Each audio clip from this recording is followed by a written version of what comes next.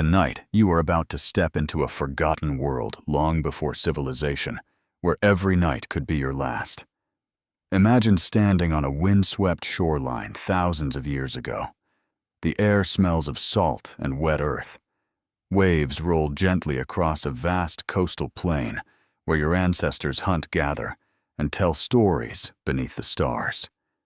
The sea seems eternal, unchanging, immovable. But what if one morning the ocean simply vanished?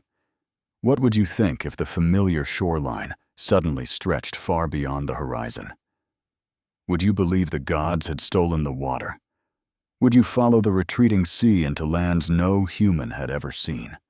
And what secrets might emerge from the depths after remaining hidden for thousands of years?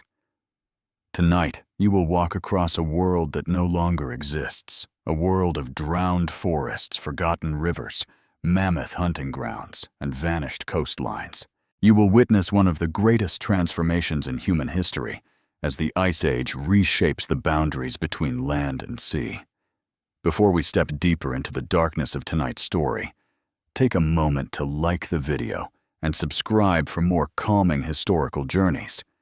And while you're here, leave a comment telling me your location and local time. Now dim the lights. You awaken before sunrise beside a coastline that feels comfortably familiar. A cool breeze drifts across the open plain. It carries the smell of damp grass, distant salt water, and wood smoke from the dying fire nearby. Around you, several members of your small band remain asleep beneath animal hides. The crackling embers glow softly against the darkness. The night has almost ended. Above you, stars still fill the sky.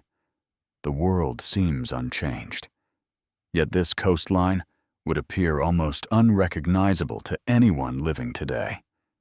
You are standing in a place that modern people would expect to find beneath hundreds of feet of seawater. The land around you belongs to an age when enormous ice sheets covered vast portions of the northern hemisphere. So much water remains locked inside glaciers that global sea levels sit dramatically lower than those of the modern world. The ocean has not disappeared overnight. Not really. But to your eyes, it may as well have vanished. The shoreline lies astonishingly far away. As dawn slowly brightens the eastern horizon, you rise from the shelter and walk toward a nearby ridge. The grass feels cold beneath your feet. Tiny droplets of moisture cling to every blade. A gentle wind brushes against your face. You reach the top and pause. The view stretches endlessly. What should be ocean is mostly land. Miles and miles of open country spread outward beneath the growing light. Rivers twist across distant plains. Small lakes glimmer like polished stone. Herds of animals move through patches of morning mist.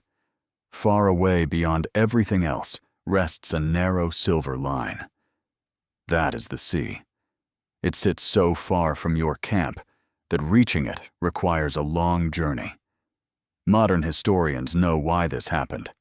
During the coldest phases of the Ice Age, enormous glaciers stored unimaginable amounts of water. Sea levels dropped by more than 300 feet in some regions. Vast portions of the continental shelves emerged above the waves. Entire landscapes appeared.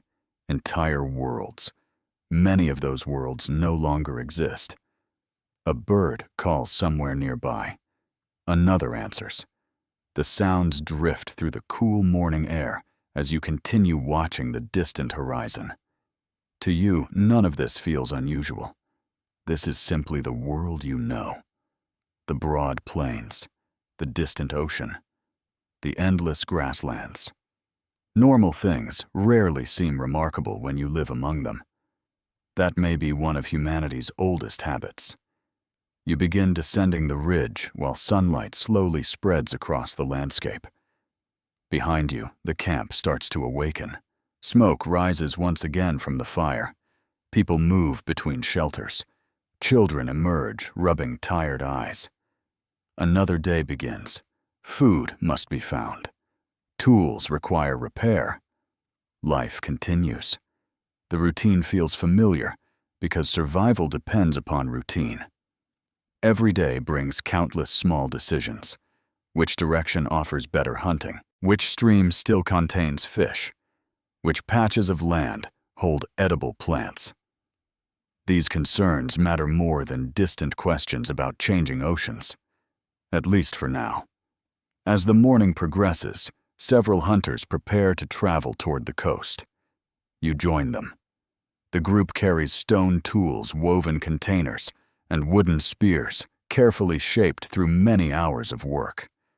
The journey takes time, a great deal of time. The sea remains stubbornly distant. Along the way, you pass landscapes that future generations would never see. Rolling meadows stretch across the horizon. Low hills rise above winding rivers. Wetlands attract birds and grazing animals. Everything feels alive. Everything feels permanent. Yet permanence often proves surprisingly fragile. Many thousands of years later, fishing boats operating in the North Sea would occasionally drag unusual objects from the depths. Ancient bones, stone tools, fragments of antlers shaped by human hands. At first, these discoveries seemed puzzling. Why would such things rest beneath the ocean? The answer slowly emerged. People once lived there, entire communities, entire ecosystems. The seafloor concealed a forgotten chapter of human history. Historians now call one famous example Doggerland. It occupied a vast area connecting parts of what are now the British Isles and mainland Europe. During the Ice Age, it formed a rich and thriving landscape filled with rivers, forests, lakes, and wildlife. You do not know that name. No one does. Thousands of years must pass before scholars create it. Still, you walk through a similar reality, a living world hidden beneath future waves. Around midday, the scent of salt water grows stronger. The wind changes direction. Seabirds become more common overhead. Their cries echo across the open country. The ocean approaches. Eventually, the land begins sloping gently downward. And there it is, the sea. Not vast and immediate as modern coastlines often appear. Instead, it feels distant from the interior. The shoreline stretches across broad flats where rivers meet shallow bays. Mud, sand, grasses, and scattered pools create a complex border between land and water. The scene possesses a quiet beauty. Gentle waves lap against the shore. Sunlight dances across the surface. A cool mist hangs above the water. You kneel and touch the wet sand. Cold, smooth, familiar. People have visited this place for generations. Shellfish can be gathered here. Fish swim in nearby waters. Birds nest along the coast. Resources attract both animals and humans. The shoreline gives generously, yet it also changes constantly. Not dramatically enough for you to notice. Not yet. The great transformation unfolds slowly, almost invisibly. Scientists still debate exactly how rapidly certain coastlines changed during different periods of the Ice Age. Evidence suggests that some regions remained relatively stable for centuries, while others experienced surprisingly quick environmental shifts. The details remain uncertain. Nature rarely leaves perfect records. You sit quietly beside the water. The breeze cools your skin. Small waves whisper against the shore. The rhythm feels timeless. But hidden within that rhythm lies one of the greatest environmental changes humanity would ever witness. The ocean is waiting. Far to the north, giant glaciers already hold the first clues. Temperatures will eventually rise. Ice will begin melting. Rivers will swell. Shorelines will move.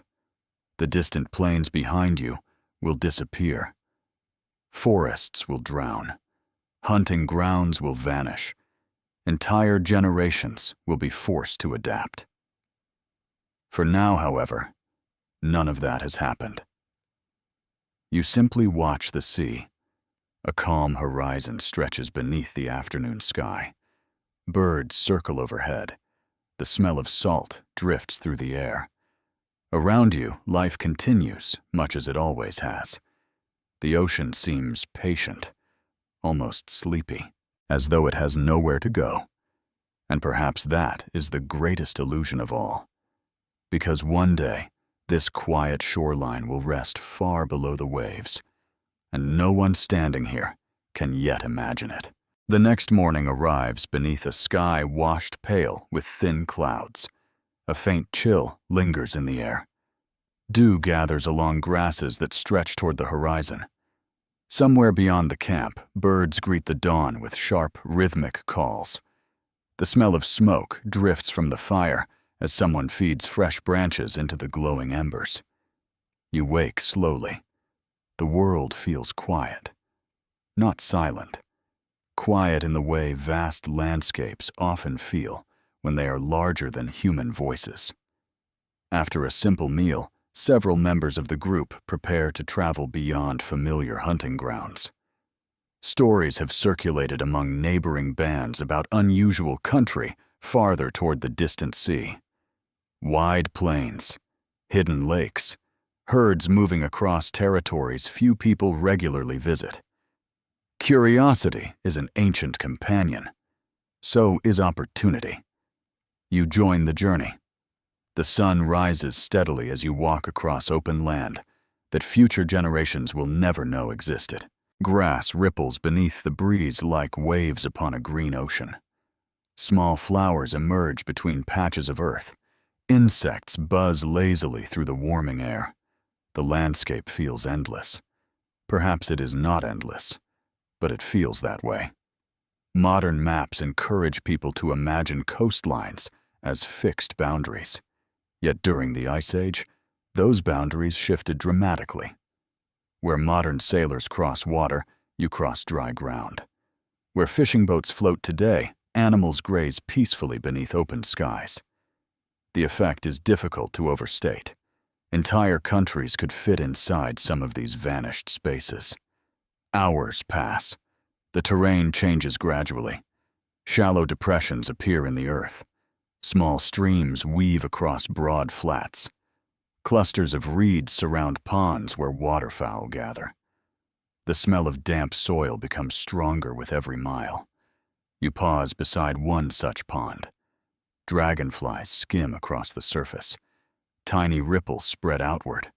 A frog disappears beneath the water. Simple moments, easy to overlook.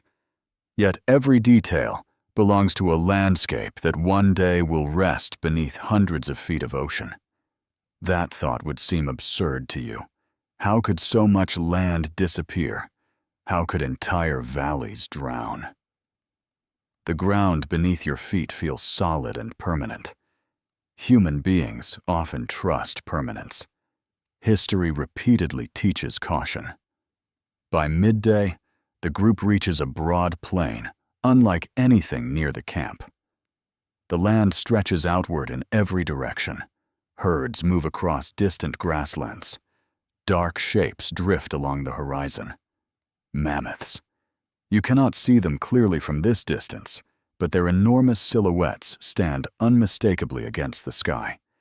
A few younger hunters stop to watch. Everyone does. Even after countless generations, mammoths still inspire awe. The sight never becomes ordinary. A cool wind brushes across your face. It carries the smell of grass animals and distant water.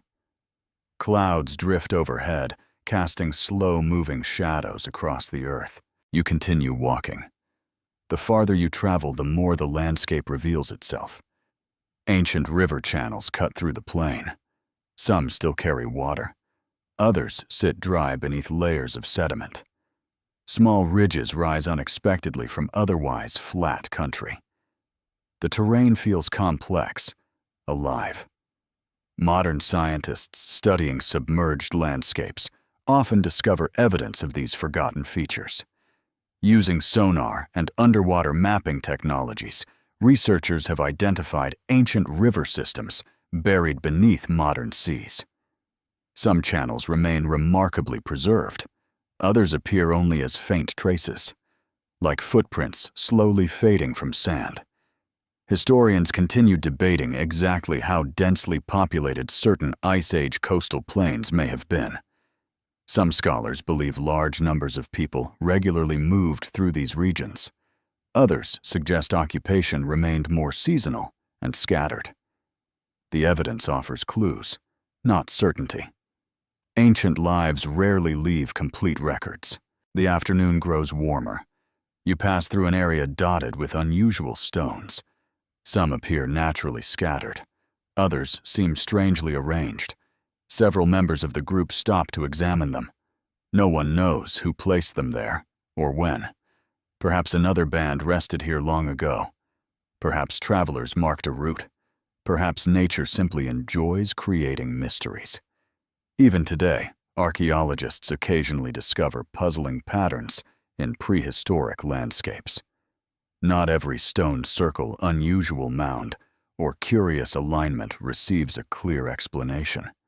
Sometimes uncertainty survives longer than answers. That thought might frustrate some people. For you, uncertainty simply exists. Like weather, like rivers, like distant mountains. The journey continues.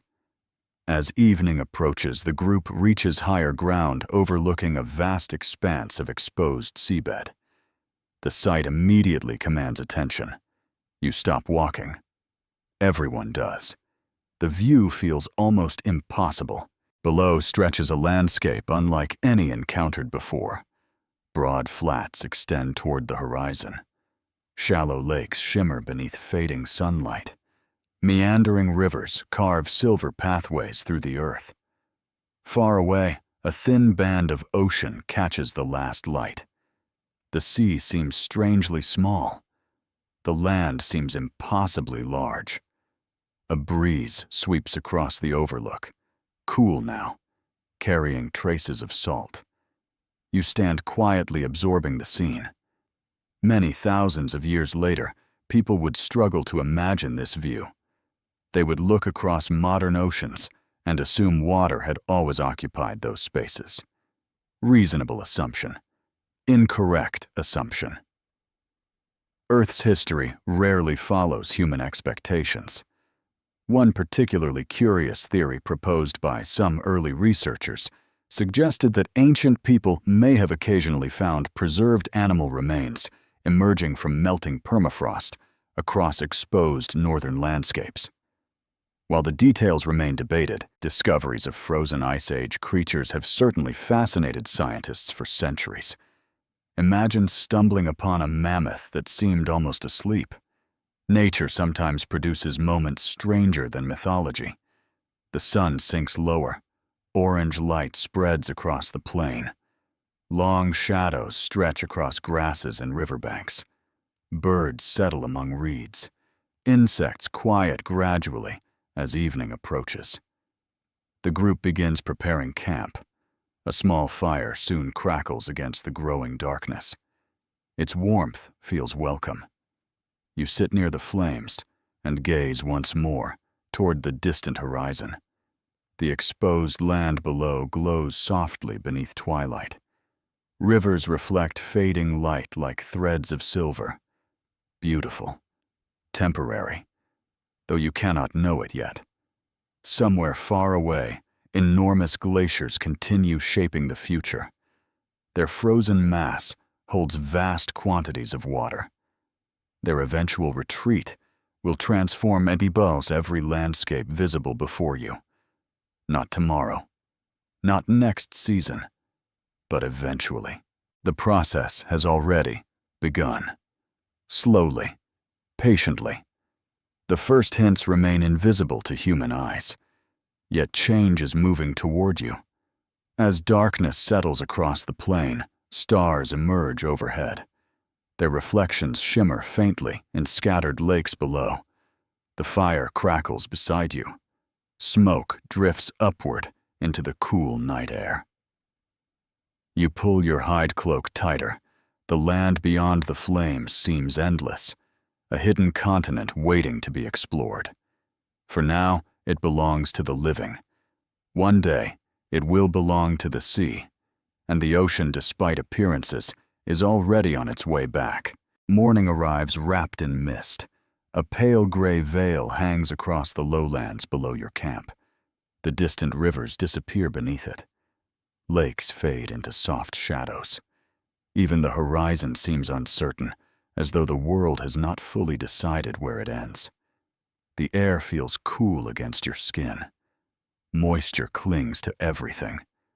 You inhale deeply and smell wet grass, damp earth, and the faint remains of last night's fire. Nearby, someone stirs glowing embers back to life. The crackle of burning wood breaks the silence. Another day begins. The group leaves camp shortly after sunrise. You descend from the overlook and follow a broad valley leading toward one of the great rivers visible from above. The terrain slopes gently downward. Each step carries you deeper into a landscape hidden from future generations. The mist slowly thins. Shapes emerge. First the outlines of distant hills, then clusters of reeds, then the river itself. You stop instinctively. The sight commands attention. A massive waterway flows across the plain before you. Its surface glitters beneath the strengthening sun. Multiple channels divide and reunite across wide floodplains. Sandbars rise from shallow sections. Birds wheel overhead. The river feels ancient, because it is. Many of the rivers crossing these exposed Ice Age lands would later vanish beneath rising seas. Their channels still exist today, preserved beneath layers of sediment far below modern waters. Scientists have mapped some of them. Others remain hidden. The underwater world still keeps secrets. You follow the riverbank. The ground feels firm near the higher edges but soft closer to the water. Mud squishes beneath your feet. Small fish dart through clear shallows. Dragonflies skim the surface with astonishing speed. Life gathers around water. It always has. The river provides drinking water. Fish, birds, edible plants, and pathways through unfamiliar country. Animals follow it. Humans follow it. Entire ecosystems depend upon it. A gentle breeze carries the smell of fresh water mixed with distant salt air. The combination feels oddly comforting. As the morning passes, you notice signs of wildlife everywhere. Hoofprints press into soft mud. Birds nest among reeds. Small mammals dart between patches of vegetation. The land seems crowded with life. Rich. Generous. That richness explains why people continue returning to these regions despite their uncertainties. Resources are plentiful. Travel is easier. Opportunities exist around every bend in the river. Not every landscape offers such abundance. You pause beside a shallow pool connected to the main channel. The water reflects drifting clouds overhead. Tiny insects dance above the surface. Everything feels peaceful. Yet rivers possess a quiet power.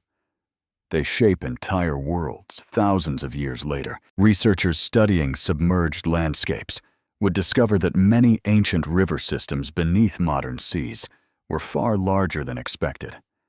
Some carved channels several miles wide. Others connected enormous drainage networks stretching across vanished plains.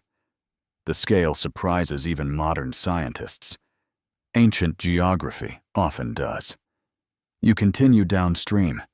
The river gradually widens. Multiple channels spread across a broad floodplain. Islands emerge between shifting currents. Dense vegetation covers higher ground. The scene feels almost tropical despite the Ice Age setting. That surprises many people today. Ice ages were not endless frozen wastelands. Far from it. Many regions supported diverse ecosystems filled with grasses, wetlands, forests, and abundant wildlife. Conditions varied enormously depending upon location and season. The popular image of constant snow tells only part of the story. A very small part. By midday, the group reaches an elevated ridge overlooking a sweeping bend in the river. The view stretches for miles. You sit and rest. Below, sunlight dances across winding channels. Waterbirds gather along muddy banks. Herds move through distant grasslands. The landscape appears timeless. It is anything but. Historians still debate exactly how quickly certain submerged valleys were abandoned as sea levels rose after the Ice Age. Some evidence suggests gradual migration. Other clues hint at periods of surprisingly rapid change. The truth may involve both. Nature rarely follows a single pattern. A curious story occasionally appears in archaeological discussions surrounding submerged prehistoric landscapes. Some fishermen working in the North Sea have recovered bones from animals that once lived on dry land, including mammoths and giant deer. For centuries, such discoveries inspired local legends about lost worlds beneath the waves. The legends came first. The science arrived later. Sometimes folklore notices something important long before scholars do. The afternoon sun climbs higher. The mist has vanished completely now.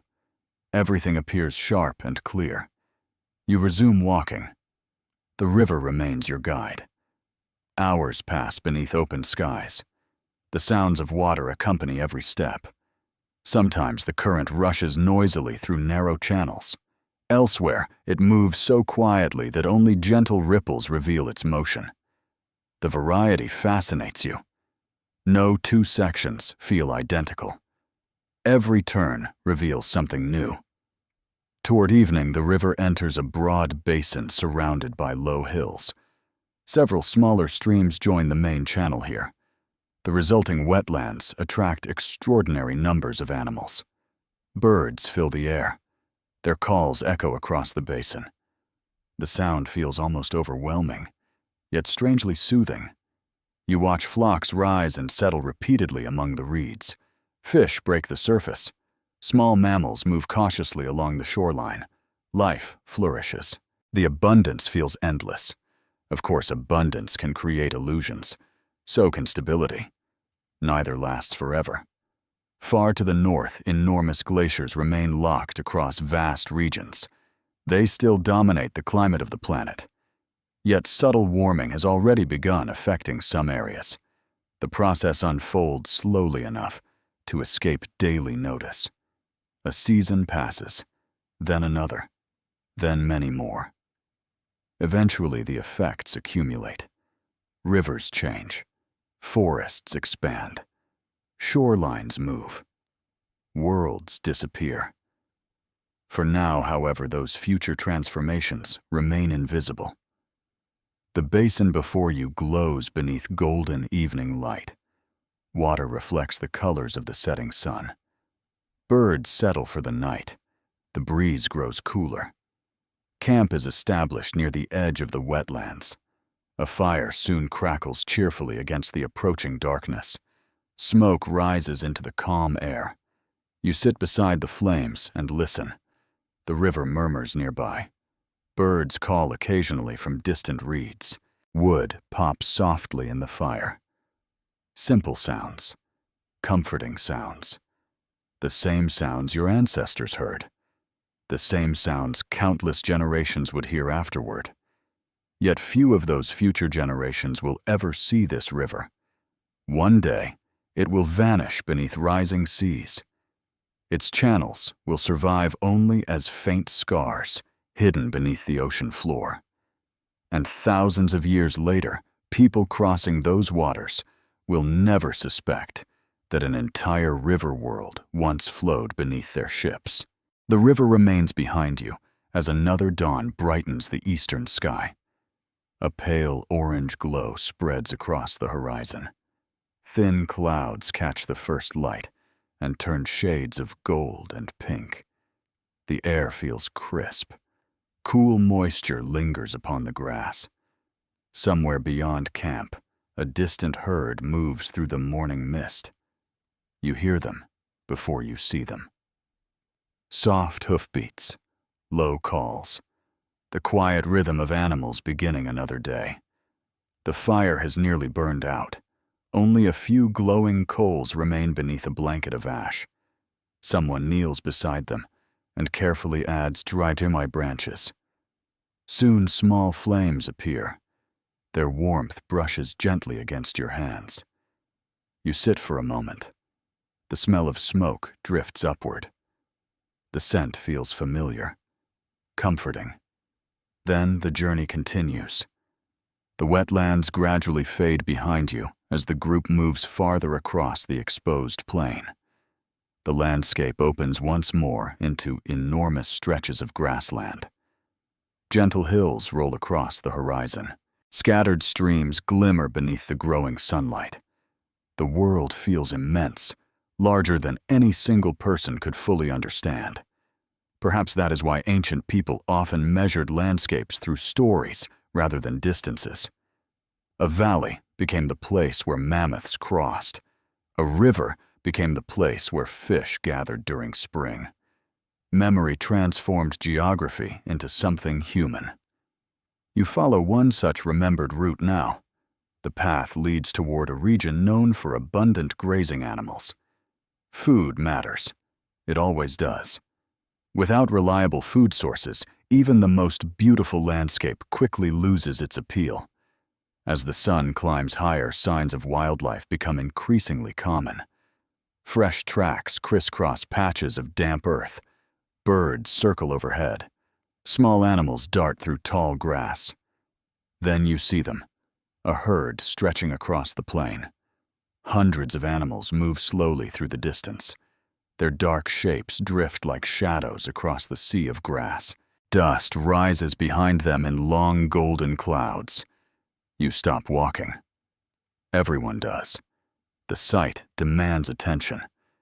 These great herds form the heartbeat of the Ice Age world. They shape migration routes, hunting patterns, and seasonal movements. Entire communities depend upon understanding where animals travel and why. To lose track of a herd can mean hunger. To find one can mean survival. A gentle wind carries their scent toward you.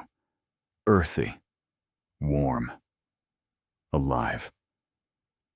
The group watches quietly. No one rushes forward. Patience remains one of humanity's oldest hunting tools. You continue following the animals from a distance, careful not to disturb them. The herd drifts across open country toward richer grazing grounds. Their movement feels purposeful, ancient, predictable in ways humans have learned to understand, and yet not entirely predictable. Animals possess their own priorities, their own mysteries. Historians and archaeologists have spent decades studying how Ice Age hunters followed migrating herds across landscapes now submerged beneath modern seas. Evidence suggests these lost plains supported remarkable numbers of grazing animals. The conditions were ideal. Wide grasslands stretched across enormous areas. Fresh water remained plentiful. Predators and prey maintained a delicate balance that endured for thousands of years. It was a rich world, one of the richest humanity ever knew. By midday, the herd approaches higher ground. You follow at a respectful distance. The climb reveals another breathtaking view. The plain stretches endlessly. Rivers weave through distant valleys. Lakes sparkle beneath the sunlight. Far away, faint blue shapes hint at forests. The sheer scale feels overwhelming. Today, many of these locations rest beneath the waters of the North Sea, the Bering Sea, and countless coastal regions around the globe. Yet standing here, you would never suspect their future fate. The land appears eternal, solid, unshakable. Appearances can be misleading. A curious detail, sometimes surprises researchers studying Ice Age ecosystems. Fossil evidence suggests that some submerged grasslands may have supported animal populations comparable to those found on famous African savannas today. The comparison remains debated. Still, it offers a glimpse into the extraordinary abundance of these vanished environments. You continue walking. The afternoon grows warmer. Grass brushes against your legs as you move through the landscape. Insects hum lazily among wildflowers. A distant stream provides a constant background murmur. The world feels peaceful, not empty, not untouched, simply balanced. Humans belong here. Animals belong here. Everything seems connected. Toward late afternoon, you notice larger tracks impressed into a muddy patch near a stream crossing. The impressions appear enormous. Round, deep, fresh. Mammoths. The realization spreads quietly through the group. Excitement follows. Mammoths remain among the most impressive creatures of the Ice Age. Their size alone inspires wonder. Even experienced hunters approach them with caution and respect. You follow the tracks, not closely, just enough to understand where the animals traveled. The footprints led across open grassland before disappearing into a distant valley. The herd itself remains out of sight. Perhaps that is for the best. Some encounters are better imagined. The sun begins descending toward the horizon. Long shadows stretch across the plain. The air cools slightly. Birds settle into evening routines. The group selects a campsite beside a small stream. Water flows gently over smooth stones. The sound soothes the mind. A fire soon burns steadily against the gathering darkness. You sit nearby and watch sparks drift upward into the evening sky. The scent of roasting food mingles with smoke. Voices remain soft. No one feels the need to speak loudly in a world this vast. The landscape itself seems to encourage reflection. As darkness deepens, stars emerge overhead. Thousands of them. Their light fills the sky from horizon to horizon. You gaze upward. The same stars watched earlier generations. The same stars will watch future ones. Yet the land beneath them will not remain unchanged. Far beyond the horizon, glaciers continue their slow retreat. Tiny shifts accumulate year after year. Rivers respond. Temperatures adjust. Ecosystems begin changing almost imperceptibly. The process resembles the movement of shadows, difficult to notice moment by moment, impossible to ignore across centuries. Historians still argue about exactly how people perceived these gradual transformations. Did communities notice shorelines moving during their lifetimes? Or did the changes seem too slow to inspire concern? No one knows for certain. The answers disappeared with those who lived them. The stream beside camp continues its quiet song. The fire crackles softly. A cool breeze moves through the grass. Somewhere beyond the darkness, mammoths roam across a plain that future oceans will claim. For tonight, however, the land remains yours. Wide, rich, alive. A world standing patiently at the edge of one of history's greatest transformations. The morning begins with the smell of rain. Not heavy rain, not a storm. Just the faint scent of moisture drifting through cool air before sunrise. You open your eyes and listen. The stream beside the camp still murmurs across smooth stones. A few birds call from somewhere beyond the grasslands. The fire has burned low during the night, leaving behind a circle of glowing embers. The world feels calm, almost unchanged. Yet change is becoming the invisible companion of every journey. You simply cannot see it yet. After a modest meal, the group resumes traveling westward across the immense plain. Clouds drift overhead, casting broad shadows that slide slowly across the landscape. The grass bends gently beneath a steady breeze. Everything appears familiar. Yet subtle differences are beginning to emerge. The streams seem fuller. Certain plants appear in places older hunters do not remember seeing before. Small details, easy to dismiss, easy to overlook. But nature often whispers before it speaks loudly.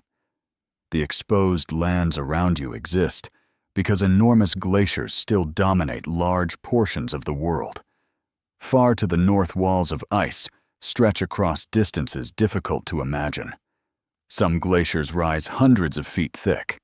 Others extend across entire regions. They shape the climate itself. They control the sea. And now, very slowly, they are changing. Modern scientists know that the end of the last ice age did not happen all at once. Temperatures rose unevenly. Some periods warmed rapidly. Others cooled again. Entire centuries could pass before the trend became obvious. Nature rarely moves in straight lines. You walk through a shallow valley where wild grasses grow especially tall. Their tops brush against your hands as you pass. Tiny droplets of water cling to the stems. Insects buzz lazily among scattered flowers. The valley smells fresh, earthy, alive. Ahead, several hunters pause beside a patch of unusual vegetation. Young trees are beginning to spread across ground that older members of the group remember as open grassland. The change feels subtle, yet it attracts attention. Trees mean shade, different animals, different resources, different challenges. Forests move slowly, but they move. As climates warm, entire ecosystems shift. Plants spread into new territories. Animals follow food sources. Rivers alter their courses. The landscape reorganizes itself, piece by piece. No announcement is made. No warning appears. The world simply changes. You continue through the valley and emerge onto higher ground. The view reveals miles of rolling plains stretching toward the horizon. Beautiful, vast, temporary. A curious breeze carries unfamiliar scents from the south. The smell reminds you of damp leaves and growing vegetation. Such scents seem more common now than older generations describe. Perhaps they imagine the difference. Perhaps not. Historians and climate researchers continue studying how rapidly environmental changes became noticeable to prehistoric communities.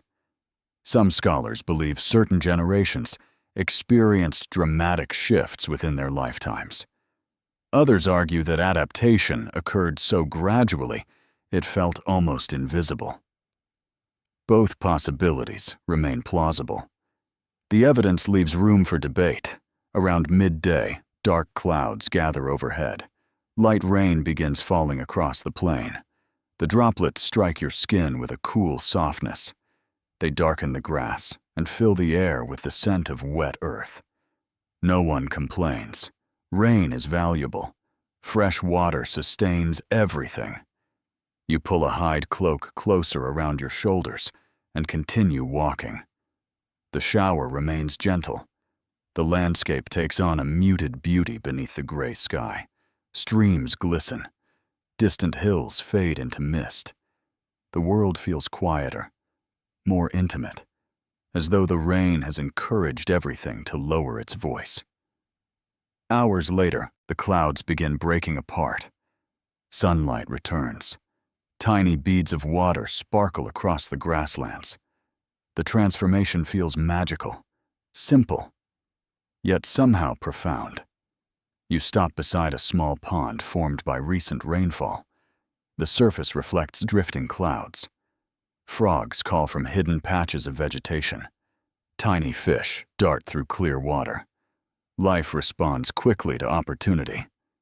Humans are no different. Throughout prehistory, communities constantly adapted to environmental shifts. They followed migrating animals, explored new territories, developed fresh strategies for survival. Flexibility became one of humanity's greatest strengths. Without it, many groups would not have survived the changing climate. One particularly fascinating theory suggests that some prehistoric populations may have used environmental knowledge passed through generations to predict seasonal changes with remarkable accuracy. Researchers continue debating exactly how sophisticated such knowledge systems became. The people themselves left few written explanations. Their expertise survives mostly through clues, fragments, possibilities. The afternoon passes peacefully. The group crosses several streams and patches of woodland before reaching a broad ridge overlooking the plain. From here, the changing landscape becomes easier to notice. Trees appear more frequently than before. Wetlands seem larger. Certain valleys hold more water. The differences remain modest, but they exist. A patient observer would notice, and prehistoric people often excelled at patient observation. Survival demanded it. You sit upon the ridge and watch clouds drift across the sky. A cool breeze brushes against your face. Somewhere below, animals move through the grasslands. The world remains rich, abundant, yet transformation has already begun. Far to the north, glaciers continue melting. Vast quantities of water slowly enter rivers and seas. The process unfolds across centuries, but its consequences will eventually reach every corner of these exposed lands. The ocean is still distant. For now. The phrase matters. For now. Toward evening, the group establishes camp near the edge of a growing woodland. The trees provide shelter from the wind. Birds fill the branches with soft calls. Fallen leaves create a pleasant scent beneath your feet. A fire soon burns steadily. Its warmth feels especially welcome after the rain.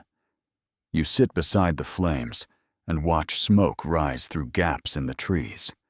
The fading sunlight paints the forest in shades of gold and amber. Everything appears peaceful. Perhaps it truly is.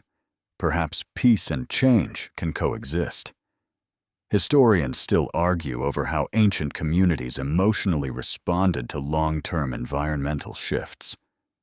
Did people fear the changing world? Welcome new opportunities.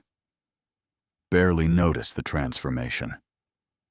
The truth likely varied. Humans rarely react the same way. Night gradually settles across the woodland. The stars emerge one by one above the dark silhouettes of trees. The fire crackles softly. The scent of smoke mingles with damp earth and fresh leaves. You lean back and listen. The forest breathes around you. A gentle wind moves through branches overhead. Somewhere far beyond the darkness, the glaciers continue their retreat. The process remains invisible tonight, yet every drop of melted ice brings the ocean a little closer. Not enough to notice, not enough to worry, just enough to change the future. The forest greets you before the sun does. You awaken to the rustle of leaves moving gently overhead. Branches sway in the morning breeze. Birds exchange calls from hidden perches high among the trees. The scent of damp bark and rich soil fills the cool air. For a moment, you remain still, listening. The woodland feels different from the open plains, closer, more secretive. The grasslands reveal themselves immediately. Forests prefer patience. As dawn gradually brightens, the world-pale shafts of light filter through the canopy. Small patches of gold appear upon the ground. Dew sparkles on leaves. Tiny insects begin their daily journeys through the undergrowth. The camp slowly stirs awake. Someone adds wood to the fire. Smoke curls upward through the branches. A child laughs softly at something only children find amusing before breakfast. The sound fades quickly. The forest swallows noise. After eating, the group continues westward. The trees become denser as the morning progresses. Tall trunks rise from thick carpets of moss and ferns. Fallen branches lie scattered across the forest floor. Mushrooms cling to rotting logs. The air feels cooler here, moister, almost sheltered. You brush your hand against the bark of a large tree while passing. Its rough surface feels solid and ancient beneath your fingers. The forest appears permanent, but appearances remain deceptive. Many of these woodlands stand upon land that will eventually disappear beneath rising seas. Future generations will never walk among these trees. Their roots will rest beneath layers of mud and salt water. Their memory will survive only through fragments. Yet today, the forest thrives. A squirrel darts across a branch overhead. Birds flutter between trees. Somewhere deeper within the woodland, an animal moves through thick vegetation. The sounds blend together into a gentle rhythm. Life surrounds you. Modern researchers have made remarkable discoveries beneath parts of the North Sea and other submerged regions. Ancient tree stumps preserved by waterlogged sediments occasionally emerge from the seafloor. Some still stand where they once grew thousands of years ago. Silent forests, sleeping beneath the waves. The thought feels almost dreamlike. You continue along a narrow path, winding between massive trunks. Sunlight flickers through leaves overhead. The shifting patterns create moving patches of brightness upon the ground. Everything feels calm. Until you reach the clearing. The opening appears suddenly. One moment you walk among dense woodland. The next, the trees fall away. A broad meadow stretches before you. Wildflowers cover much of the open ground. Bees drift lazily between blossoms. Butterflies move through the warm air. The scent is remarkable. Sweet, fresh, unexpected after the darker smells of the forest. The group pauses briefly. No one feels eager to leave. Places like this encourage lingering. You sit in the grass and watch clouds drift across the sky. A gentle breeze carries the fragrance of flowers and sun-warmed earth. Moments pass peacefully, the kind of moments that rarely appear in grand historical accounts. Yet most human lives consist of such moments. Not battles, not kings, not monuments. Just ordinary afternoons beneath open skies. Historians sometimes call attention to this reality because it is easy to forget. Most prehistoric people spent their days gathering food, maintaining tools, caring for family members, and navigating landscapes like the one before you. History often focuses on extraordinary events. Life usually prefers ordinary ones. The journey resumes. The meadow gradually narrows before giving way once again to woodland. This section feels older than the forest behind you. Larger trees dominate the landscape. Their trunks rise like pillars, supporting a living roof of leaves. The shade deepens. The air cools. The forest grows quieter. You notice scattered patches of moss covering exposed roots. Ferns cluster around fallen logs. Small streams weave between gentle slopes. Everything appears healthy. Thriving. A world in balance. Yet balance never means stillness. The climate continues changing.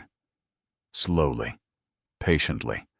Across many regions, warmer temperatures allow forests to expand into territories once dominated by open grasslands.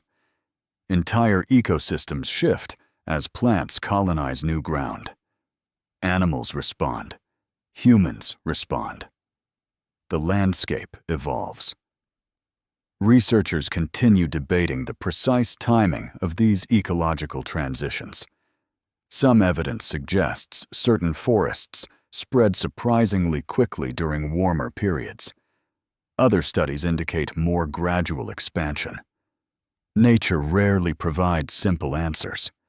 A particularly curious discovery emerged from submerged prehistoric landscapes in Europe. Archaeologists have recovered preserved remains of insect seeds and pollen from ancient sediments beneath the sea. These tiny clues help reconstruct environments that vanished thousands of years ago. Sometimes an entire world can be revealed by a grain of pollen. History occasionally hides in unexpected places. By afternoon, the forest begins descending toward lower ground. The scent of water grows stronger. You hear it before seeing it. A river, not one of the great waterways from earlier journeys. A smaller one. Still important. Still alive. The river curves gently through the woodland. Sunlight reflects from its surface. Fish occasionally break the water. Birds gather along the banks. The sight feels welcoming. Water always does. You kneel beside the river and touch the surface. One moment clear, freshing. The current flows steadily toward a destination you cannot see. Eventually, it will reach the sea. Everything does. That simple truth carries greater significance than anyone here realizes. Far away, the ocean continues waiting. Its return remains slow enough to escape notice, yet the process never stops. Every stream, every river, every drop of melting ice contributes to the transformation already underway. As evening approaches, the group follows the river to a small rise overlooking the surrounding woodland. Camp is established there. The location offers safety visibility and easy access to fresh water. Experience teaches valuable lessons. A fire soon burns brightly against the gathering darkness. Its light flickers across nearby trees. Shadows dance between trunks. Smoke rises into the cooling air. You sit close to the warmth. The forest settles around you. Birdsong gradually fades. Night insects take over. Leaves whisper softly in the breeze. The sounds feel comforting, familiar, timeless. And perhaps that is the strangest part. The forest seems eternal. The river seems eternal. The land itself seems eternal. Yet beneath the stars, an invisible future moves steadily closer. Thousands of years from now, fishermen may drag ancient tree trunks from nearby waters. Scientists may examine preserved pollen from submerged sediments. Researchers may map forgotten valleys hidden beneath the sea. All because this forest existed. All because the ocean had not yet returned. Tonight, however, none of that matters. You simply watch the fire, listen to the river, and rest within a woodland that one day will sleep beneath the waves. The river guides your journey once again. Its gentle current glimmers beneath the early sunlight as you leave the forest camp behind. Morning mist drifts across the water. Thin ribbons of fog cling to the surface before slowly dissolving into the warming air. The day feels unusually clear. The sky stretches overhead without a single cloud. Birds circle above the river valley. Their shadows slide across the grass as they search for food. Somewhere downstream, a flock rises suddenly from the reeds, creating a brief burst of sound before settling again. You follow the river westward. The landscape gradually opens. Trees become less common. The valley widens. Broad grasslands begin replacing the dense woodland of previous days. The transition feels subtle at first, then dramatic. Within a few hours, you stand at the edge of another enormous plain. The view steals your attention. A vast sea of grass stretches toward the horizon. Sunlight rolls across the landscape like waves moving through water. Distant hills rise faintly against the sky, and beyond them lies something extraordinary. A land bridge. You do not think of it that way. No one does. To you, it is simply land. Solid ground extending farther than you can see. Yet future generations will know it differently. Because one day, the sea will divide it forever. You continue walking. The grass brushes against your legs. Warm sunlight settles across your shoulders. A steady breeze carries the scent of wild plants and distant animals. The plain feels alive, not crowded. Alive. Tracks crisscross the earth in every direction. Some belong to grazing animals. Others belong to predators. Many are fresh. Movement never stops here. Entire worlds travel across these plains. Modern historians understand that lower sea levels created enormous land connections between regions that are now separated by water. Some connected Britain to mainland Europe. Others linked Asia and North America. These bridges changed human history. Without them, migrations would have unfolded very differently. Perhaps not at all. The exact routes remain debated. The importance does not. You walk across one of these temporary worlds, a place destined to vanish. The thought would seem ridiculous if anyone suggested it. The ground feels too permanent, too real, too vast. By midday, the group reaches a ridge overlooking an immense valley.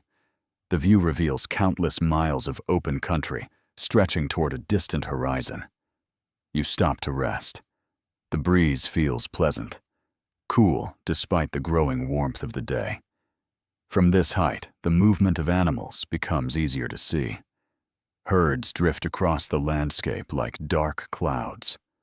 Small groups separate and reunite. Predators follow at careful distances. The rhythm feels ancient, because it is.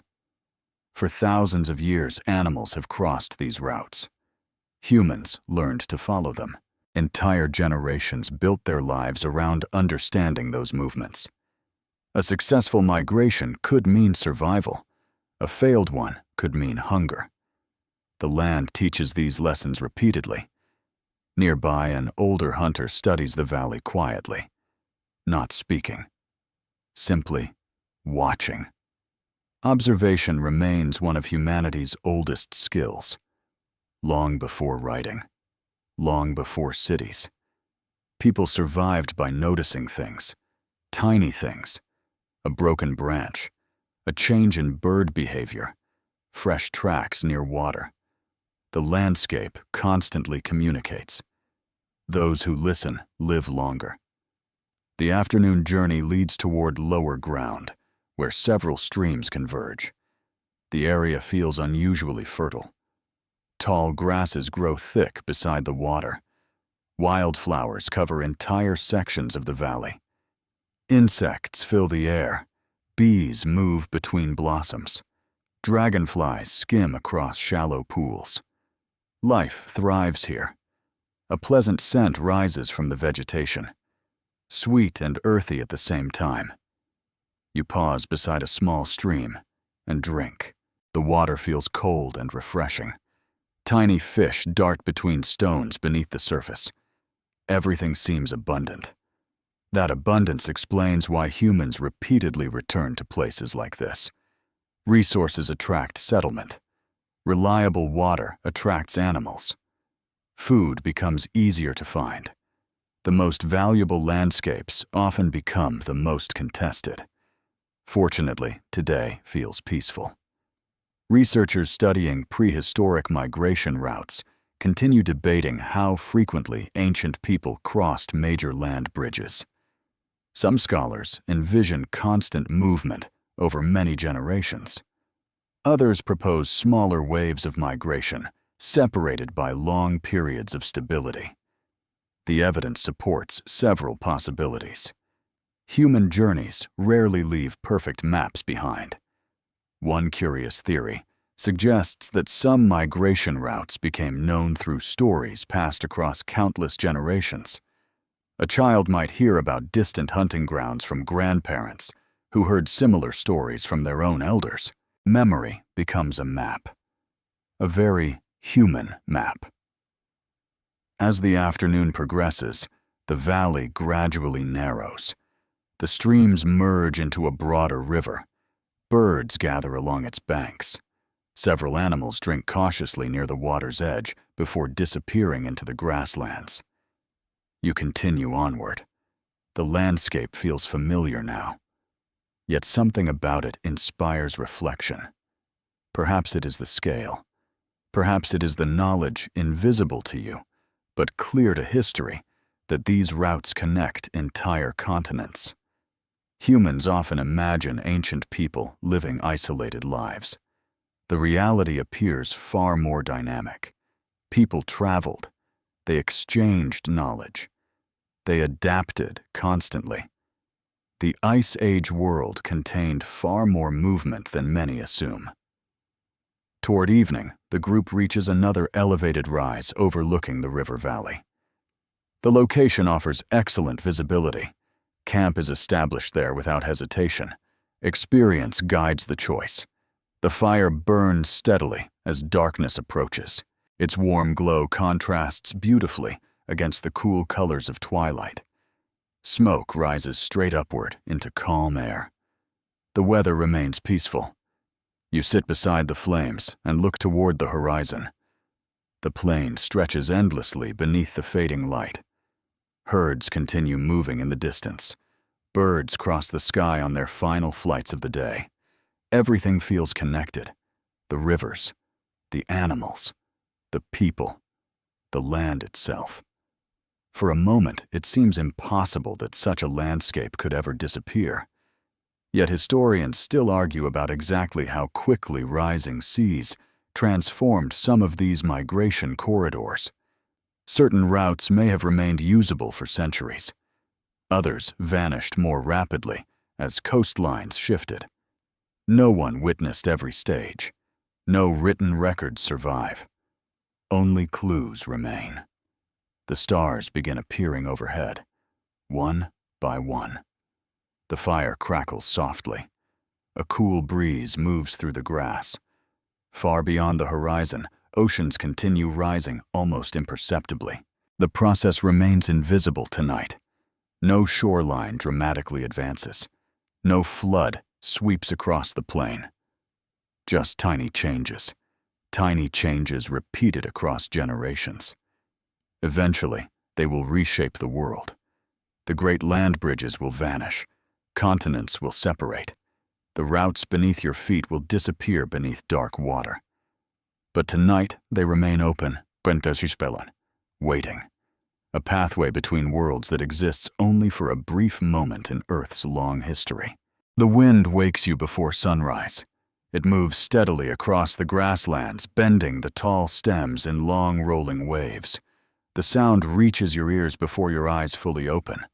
A soft, rushing noise, endless and rhythmic. You lie still for a moment, listening.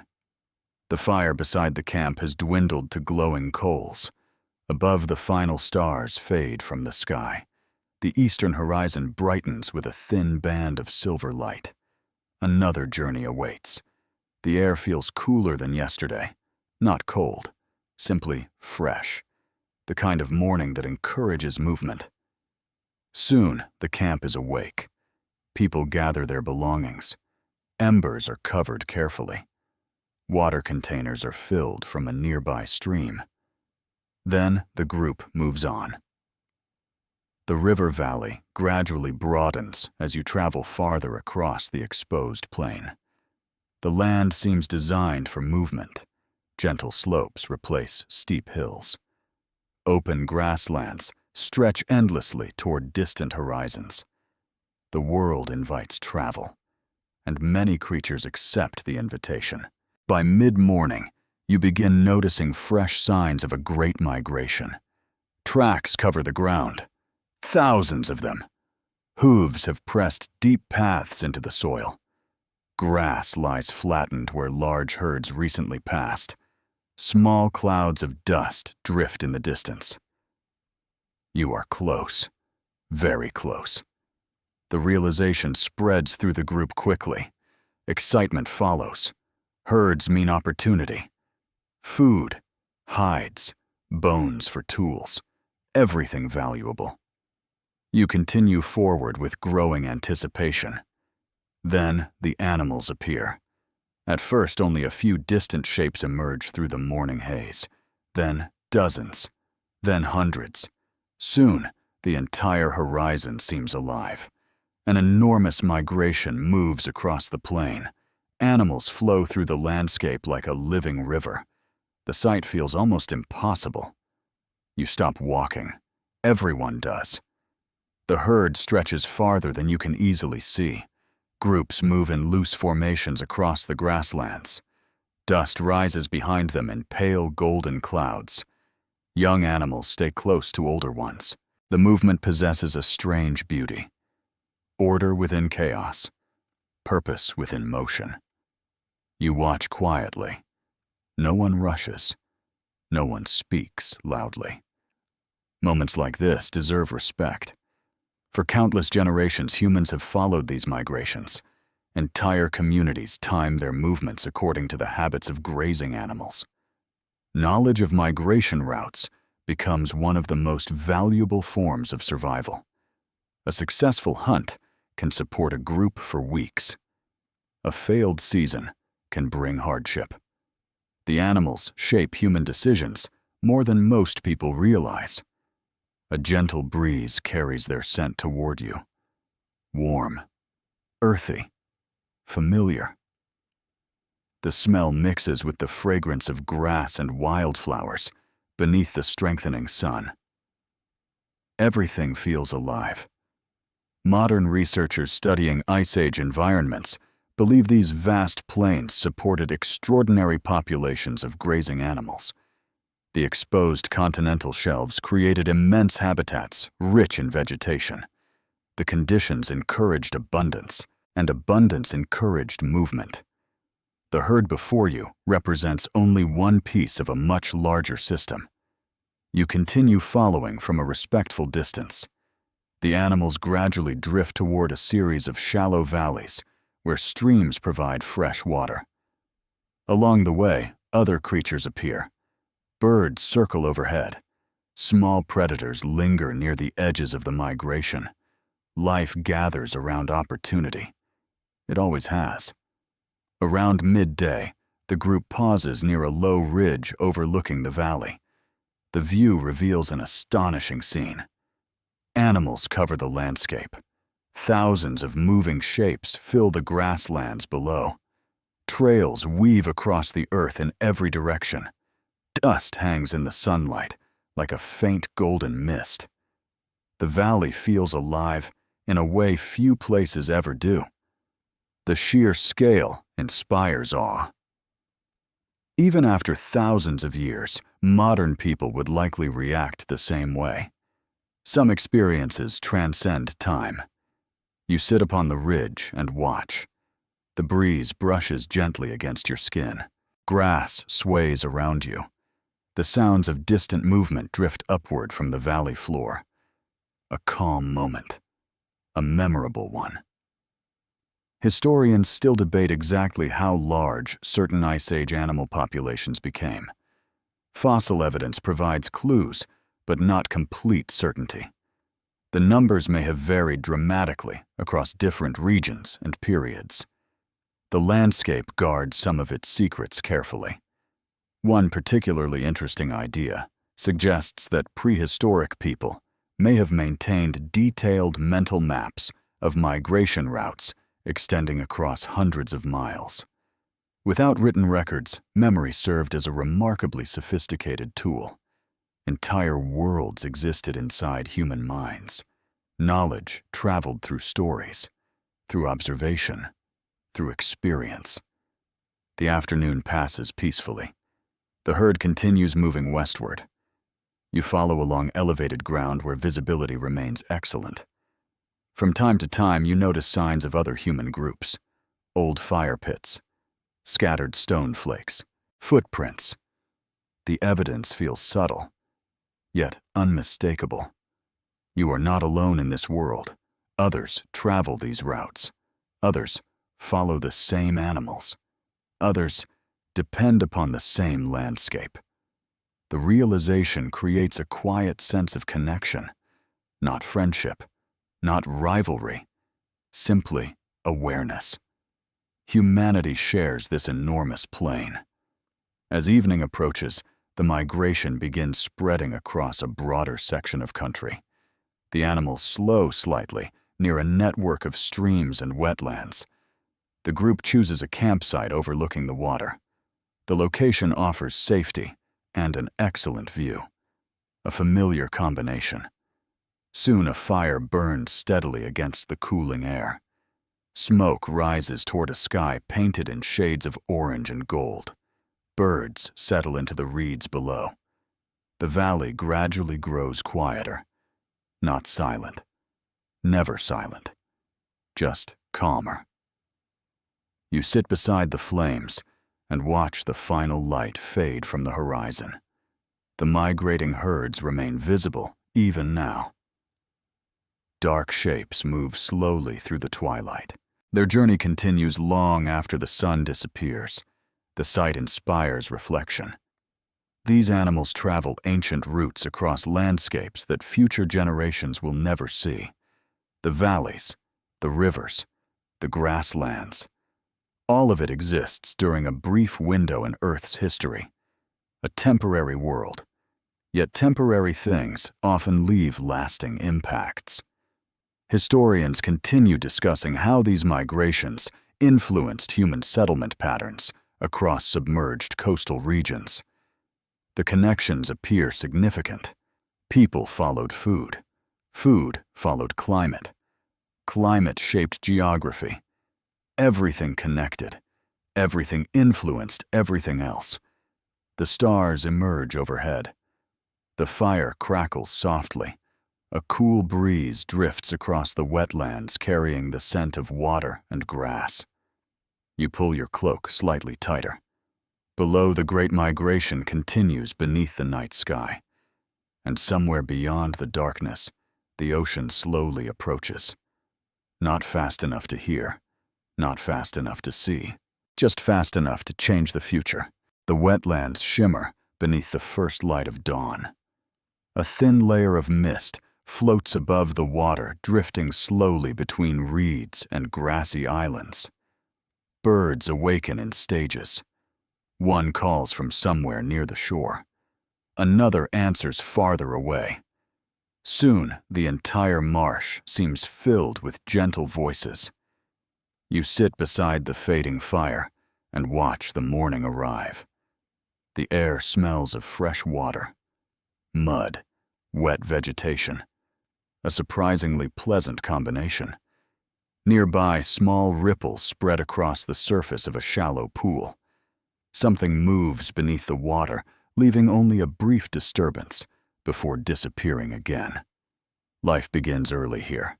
It rarely stops. The migrating herds continue moving in the distance, but today the group has different priorities. Rather than following the animals immediately, several people decide to remain near the wetlands and establish a temporary camp. The location offers many advantages. Fresh water, fish, birds, shelter from strong winds, abundant plant life. Places like this attract people repeatedly. You begin helping prepare the camp. Branches are gathered. Simple windbreaks are repaired. Stone tools are organized. Small tasks occupy the morning hours. Nothing dramatic happens. Nothing extraordinary. Yet much of human history consists of moments exactly like these. Building, repairing, maintaining, surviving. The ordinary often matters more than the spectacular. As the sun climbs higher, the wetland reveals new details. Narrow channels weave through dense reeds. Small fish gather in shallow pools. Water birds hunt patiently along muddy banks. The landscape feels generous, a place where resources come together naturally.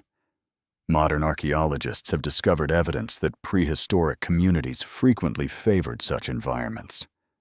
Wetlands provided diverse food sources and often supported longer stays than harsher landscapes. Not permanent settlements. Not yet. But something closer to stability. A brief pause in an otherwise mobile world. You walk along one of the channels carrying a woven container. The ground feels soft beneath your feet. Every step releases the scent of damp earth. Dragonflies dart through the sunlight like tiny flashes of blue and green. The beauty catches you by surprise. Wetlands rarely appear impressive from a distance. Up close, they feel alive. Everywhere you look, something moves. A fish, a bird, an insect, a breeze.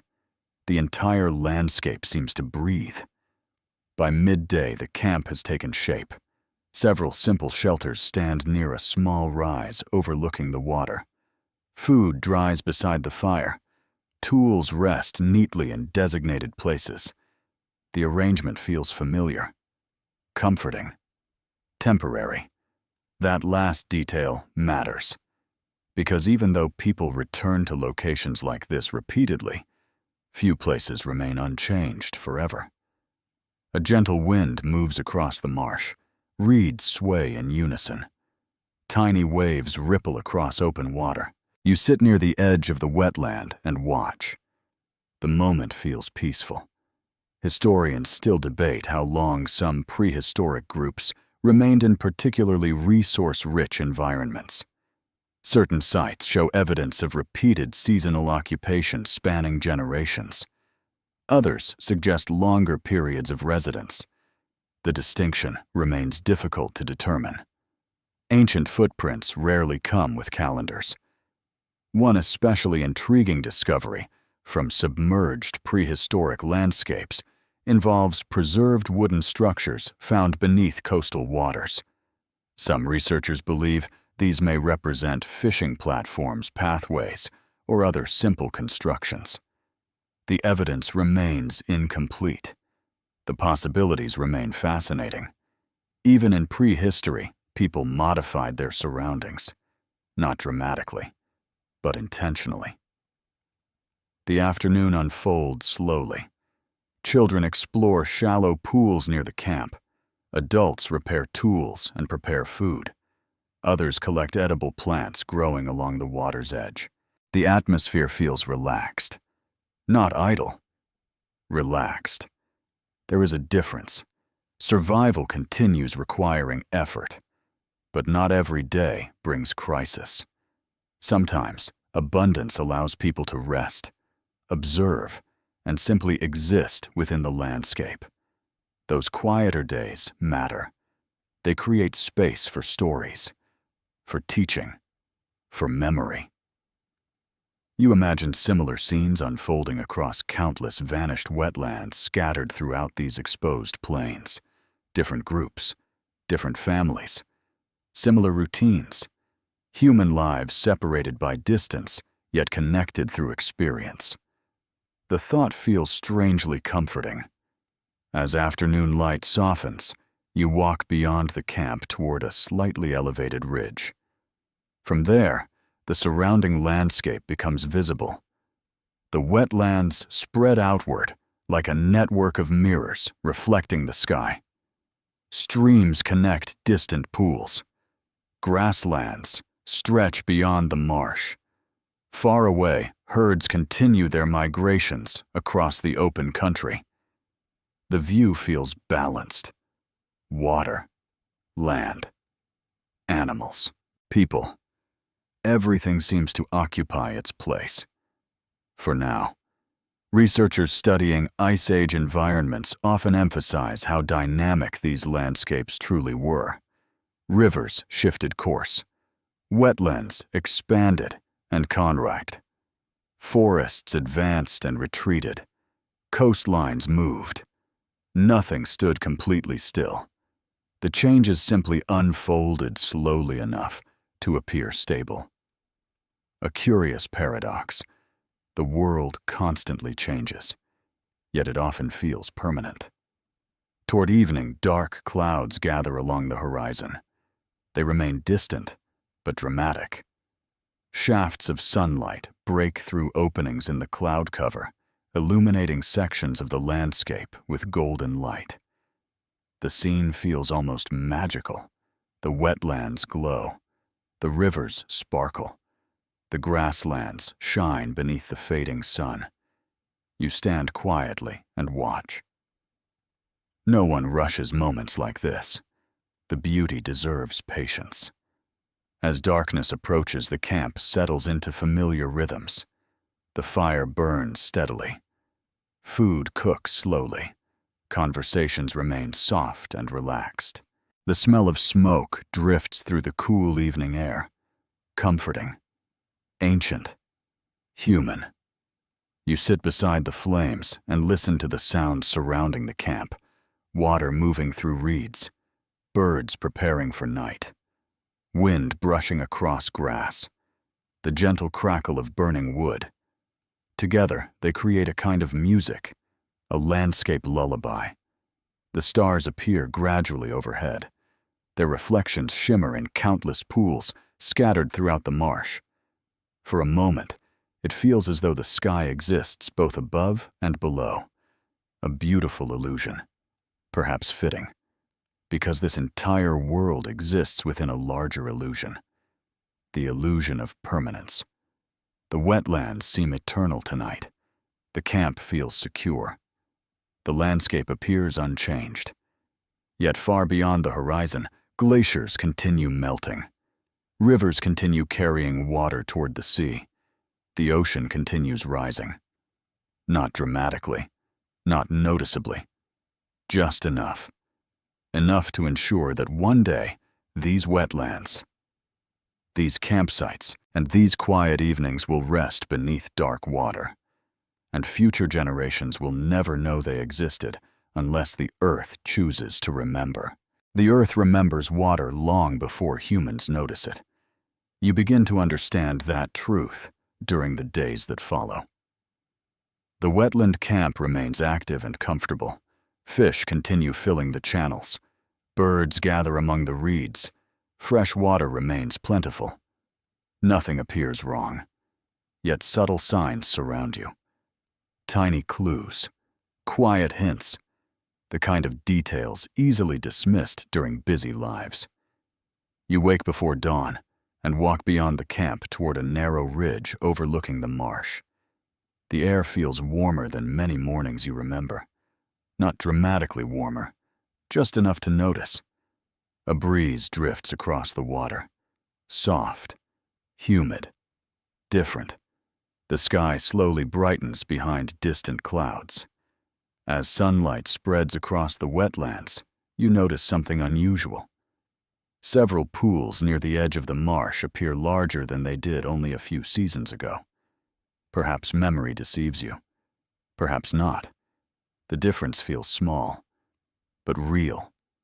You kneel beside one of the pools and touch the water. Cool. Still. Silent. Nothing about it suggests that immense forces are reshaping the world. Yet they are. Far to the north, glaciers continue shrinking. Massive rivers of ice that once seemed permanent slowly retreat from valleys they occupied for thousands of years. The process unfolds across generations. No single sunrise reveals it. No single season explains it. Change arrives one quiet day at a time. Back at camp, the morning routines continue. Tools require maintenance. Food must be gathered. Shelter needs occasional repair. Human attention naturally focuses on immediate concerns. Survival leaves little room for abstract questions, especially when life feels stable. You help repair a section of windbreak damaged by recent weather. Branches are replaced, loose bindings tightened. The work feels familiar. Simple tasks create comforting rhythms. That has always been true. Throughout history, people facing uncertain futures often find reassurance in ordinary routines. A fire still needs tending. Food still needs preparing. Life continues. By midday, several members of the group travel toward a nearby river channel to check fishing areas. You join them. The walk feels pleasant beneath clear skies. Sunlight dances across the water. Insects hum among flowering plants. Birds call from hidden perches within the reeds. Everything seems abundant. Yet the river itself offers another subtle clue. The current appears stronger. Not dramatically, just enough to notice. Water moves more confidently through channels that once felt slower. Fresh sediment gathers along certain banks. Small sections of shoreline show signs of recent erosion. Tiny details, tiny changes, tiny warnings. Modern scientists studying post-ice age environments often observe how rising sea levels influence landscapes long before dramatic flooding occurs. Water tables rise, wetlands expand, rivers adjust their courses, ecosystems begin reorganizing themselves. The transformation starts quietly, almost politely. You pause beside a bend in the river and watch the current flow past. Sunlight reflects from its surface in brilliant flashes. Fish occasionally disturb the water, creating rings that spread outward before disappearing. The scene feels timeless, yet it belongs to a specific moment in Earth's history. A fleeting one. Historians still debate how aware prehistoric communities became of environmental changes unfolding around them. Some researchers argue that experienced observers likely noticed shifting coastlines, changing animal migrations, and expanding wetlands. Others believe many changes occurred too gradually for concern. Perhaps both views contain truth. Different people notice different things. A particularly curious discovery from submerged prehistoric regions involves ancient peat deposits found beneath modern seas. These preserved layers often contain traces of plants, insects, and even footprints, offering snapshots of vanished landscapes. The mud remembers. Long after people forget. The afternoon grows warm. You follow the river toward lower ground, where it widens into a broad network of channels. The area feels different from the interior marsh. More open, more exposed. The influence of the distant sea becomes easier to sense. The air carries a faint trace of salt. Not strong, just present. The breeze feels heavier somehow, as though the ocean is breathing across the landscape. You stop upon a small rise and look outward. Water glimmers everywhere. Streams, pools, channels. The wetlands appear larger than ever. Beautiful, complicated, alive. A realization settles quietly into your thoughts. The land and water are constantly negotiating. Neither remains completely still. Neither truly wins. The balance simply shifts over time. Toward evening, dark clouds gather in the distance. A brief rain shower crosses the horizon without reaching the camp. Sunlight breaks through behind it, creating brilliant bands of gold across the marshlands. The sight feels almost unreal. The water reflects the sky. The sky reflects the water. The boundaries blur. You stand watching until the colors fade. Moments like this feel important. Not because they change history, because they remind you that history is happening. Right now. Every day, even when no one notices. Back at camp, preparations for night begin. Food cooks above the fire. Smoke drifts lazily into the cooling air. People settle into familiar places around the flames. Comfort returns. The firelight dances across faces and shelters. The wetland beyond grows dark. You listen. Frogs call from distant pools. Birds settle into silence. Water moves softly through unseen channels. The sounds create a gentle rhythm beneath the night sky. Peaceful, steady, deceptive. Because while the camp sleeps, the transformation continues. Rivers carry fresh water toward the sea. Glaciers release more meltwater into distant valleys. Wetlands expand, coastlines shift. The changes remain too small for alarm, too gradual for panic. Yet, they are accumulating. year after year, generation after generation. The world that seems permanent is slowly becoming temporary, and somewhere beyond the darkness, the ocean waits patiently, not rushing, not demanding, simply returning to places it once occupied. One quiet inch at a time, the seasons begin to feel different.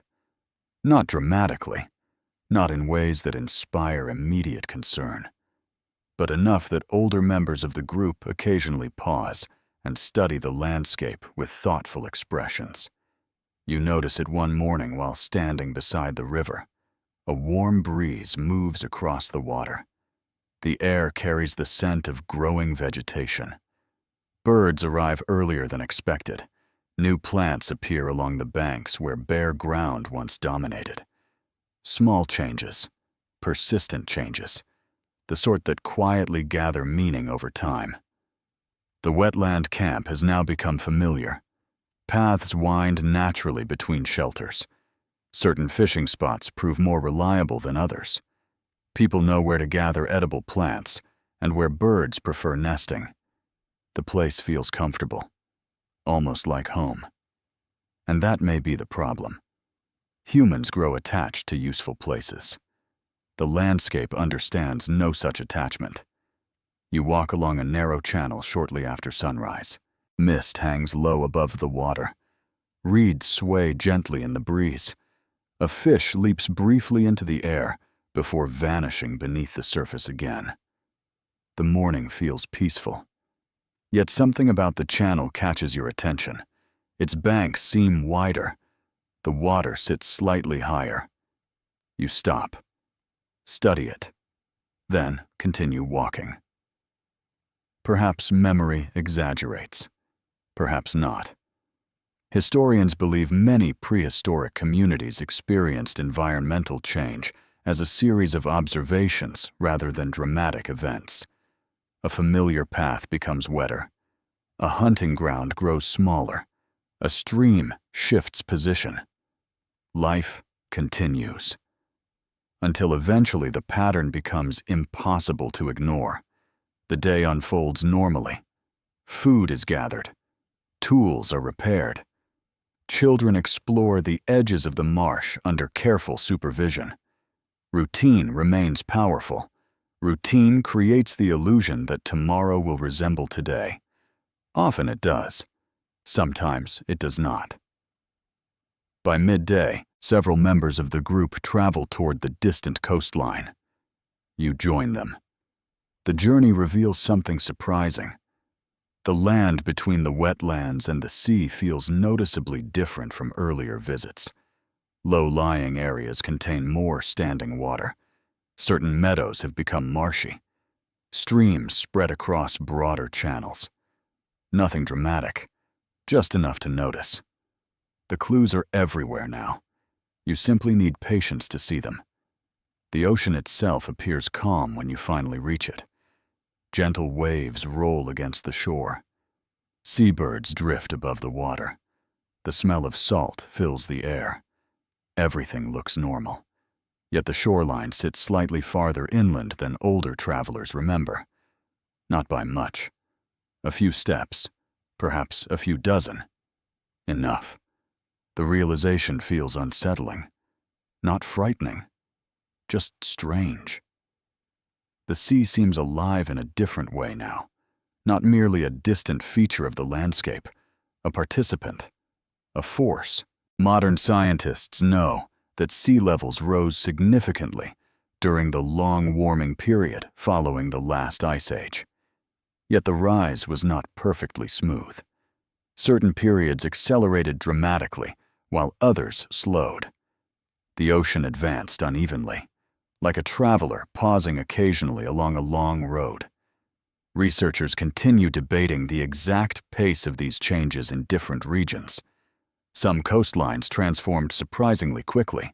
Others shifted so gradually that generations adapted almost without noticing. The evidence varies. The mystery remains. You sit beside the shore and watch the waves. The water sparkles beneath the afternoon sun. Tiny shells cover sections of wet sand. Crabs move cautiously between rocks exposed by the tide, a peaceful scene. Yet peace often hides motion. The ocean never truly rests. One curious detail fascinates modern archaeologists. Beneath certain coastal waters, researchers have discovered preserved footprints left by humans and animals thousands of years ago. Some remain astonishingly clear despite the passage of time. A footprint, a single step. Sometimes that is all history leaves behind. The walk back to camp feels quieter. Perhaps everyone notices the same things. Perhaps no one wishes to discuss them. The landscape itself seems thoughtful. The wetlands shimmer beneath late afternoon light. Streams reflect the sky. Birds move through reeds that appear denser than before. Everything continues changing. Everything continues living. As evening approaches, dark clouds gather over the western horizon. They never quite reach the camp, but their presence transforms the light. Golden sunlight filters beneath them, illuminating the marsh in brilliant colors. The scene feels almost unreal. Water glows. Grass shines. The entire landscape appears suspended between earth and sky. You stop and watch. Moments like this deserve attention. History often focuses on endings. People living through history usually notice beauty instead. Back at camp, preparations for night begin. The fire burns brightly. Its warmth feels welcome as cooler air settles across the wetlands. Smoke drifts upward in slow spirals. Someone roasts fish beside the flames. The familiar scent fills the evening. Comforting. Human. Ancient.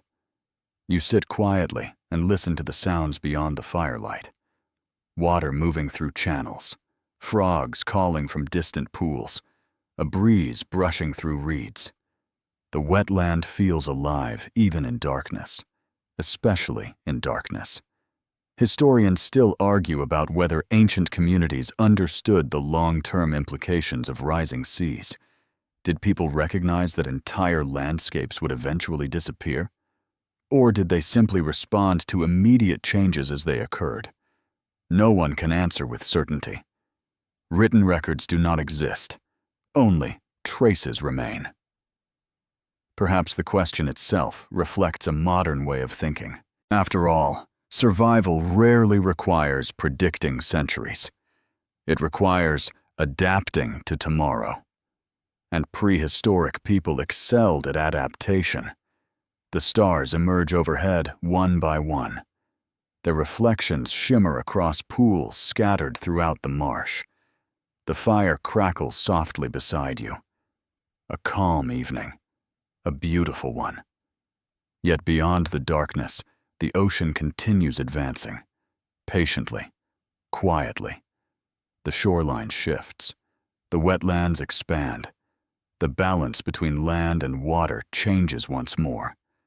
Not enough to transform the world tonight. Just enough to ensure that one day this place you have come to know so well will no longer exist. And the people who leave it will carry only memories. The stories begin before the water arrives. That is often how human history works. People notice patterns long before they understand causes. They observe changes. They remember unusual events. They share those memories around fires as daylight fades into darkness. And gradually, observations become stories. Stories become traditions. Traditions become something larger. You first notice this one evening as several families gather near the fire after a successful day of fishing. The night feels pleasant. A warm breeze moves gently across the marsh. The sky above glitters with countless stars. Reflections dance upon the dark water surrounding the camp. Someone begins telling an old tale. Others listen. The story describes a distant valley where ancestors once hunted. According to the teller, The valley held rich grasslands, clear streams, and abundant animals. Then the water came. Slowly at first, later more quickly. Eventually, the valley disappeared. The details remain uncertain. Perhaps the story is true. Perhaps it has changed through generations of retelling. Perhaps both. Human memory rarely preserves events perfectly. Yet it often preserves something important. You watch sparks rise into the night sky. The fire crackles softly. Beyond the circle of light, reeds sway in darkness. The landscape itself feels like a listener. Modern scholars have long wondered whether ancient flood myths might preserve distant memories of real environmental changes. The idea remains controversial. Some researchers see possible connections. Others urge caution. The debate continues. The evidence refuses simple conclusions. Still, the possibility fascinates many people. Across different cultures, stories frequently describe lost lands advancing waters and communities forced to move. Coincidence memory. A mixture of both, no one knows. The next morning arrives beneath a sky streaked with thin clouds. Sunlight filters through them, casting shifting patterns across the wetlands. The camp awakens gradually. A child chases birds near the water's edge. Someone repairs a fishing spear. Others prepare food. Life continues normally. Yet conversations increasingly include references to changing conditions, a stream that seems wider, a path that floods more often, a hunting ground becoming difficult to reach. The observations feel practical rather than emotional. People simply notice things. Good observers survive. You spend much of the morning traveling along the outer edge of the marsh. The landscape reveals countless subtle changes. Certain pools have merged. New channels appear where none existed before. Wet ground extends farther into nearby grasslands. Nothing dramatic, nothing alarming. Yet the pattern grows clearer. The water is gaining ground. A gentle breeze carries the scent of mud and fresh vegetation. Dragonflies drift through warm sunlight. Frogs call from hidden corners of the wetland. Everything feels peaceful. That may be why the changes remain difficult to fully appreciate. Disaster rarely announces itself centuries in advance. It arrives disguised as ordinary days. Historians still debate how quickly people perceived environmental transformation during the end of the Ice Age. Some communities may have witnessed substantial change within a few generations. Others experienced slower transitions. The experience likely varied enormously. Different places tell different stories. By midday, you reach a low ridge overlooking the broader landscape. The view surprises you. From this height, the expansion of water becomes easier to see. The marsh extends across a larger area than before. Channels branch outward through former grasslands. Small lakes occupy depressions that once remained dry. The transformation appears subtle, yet unmistakable. You stand quietly, watching. The world remains beautiful, perhaps even more beautiful than before. That complicates things. Human beings often struggle to recognize loss, while beauty still surrounds them. One particularly intriguing discovery from submerged prehistoric regions involves ancient pollen preserved beneath marine sediments. By examining these microscopic remains, researchers can track how entire ecosystems changed through time. Tiny grains, enormous stories. The Earth records history in unexpected ways. The afternoon brings warmer temperatures. Clouds drift lazily across the sky. Birds gather along expanding shorelines. The wetlands seem alive with activity. You return to camp carrying edible plants collected along the way. The familiar paths between shelters feel slightly muddier than usual. Another small clue, another quiet reminder. Water changes everything. Not immediately. Eventually. As evening approaches, the atmosphere around the camp grows reflective. People gather near the fire. Stories emerge naturally. One person remembers a fishing area that no longer exists. Another describes a path now submerged during certain seasons. An older hunter recalls grasslands that seemed larger during childhood. No one speaks of catastrophe, only change. Human beings adapt remarkably well when transformation arrives gradually. Perhaps that ability explains our survival. The fire burns steadily as darkness settles across the marsh. Its warm glow reflects upon nearby pools. Smoke drifts upward into calm night air. The scent of cooking fish mingles with damp earth and reeds. Comfortable smells. Ancient smells. You sit quietly and listen. The stories continue. Some describe distant journeys. Others describe unusual animals. A few mention places that no longer exist. The details blur together. Yet a common thread remains. Memory. People remember landscapes. People remember water. People remember movement. Long before written language, memory served as humanity's archive. Not perfect, not complete, but powerful. Researchers continue arguing over whether certain ancient myths contain echoes of real Ice Age events. The question remains unresolved. It may always remain unresolved. Some mysteries survive because certainty vanished long ago. That does not make them less interesting. The stars brighten overhead. The wetlands shimmer beneath moonlight.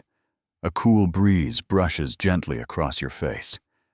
The night feels peaceful, almost timeless. Yet beneath that feeling lies a quiet truth. The stories being told around this fire are not merely entertainment. They are records, fragments of observation carried through generations, attempts to make sense of a changing world.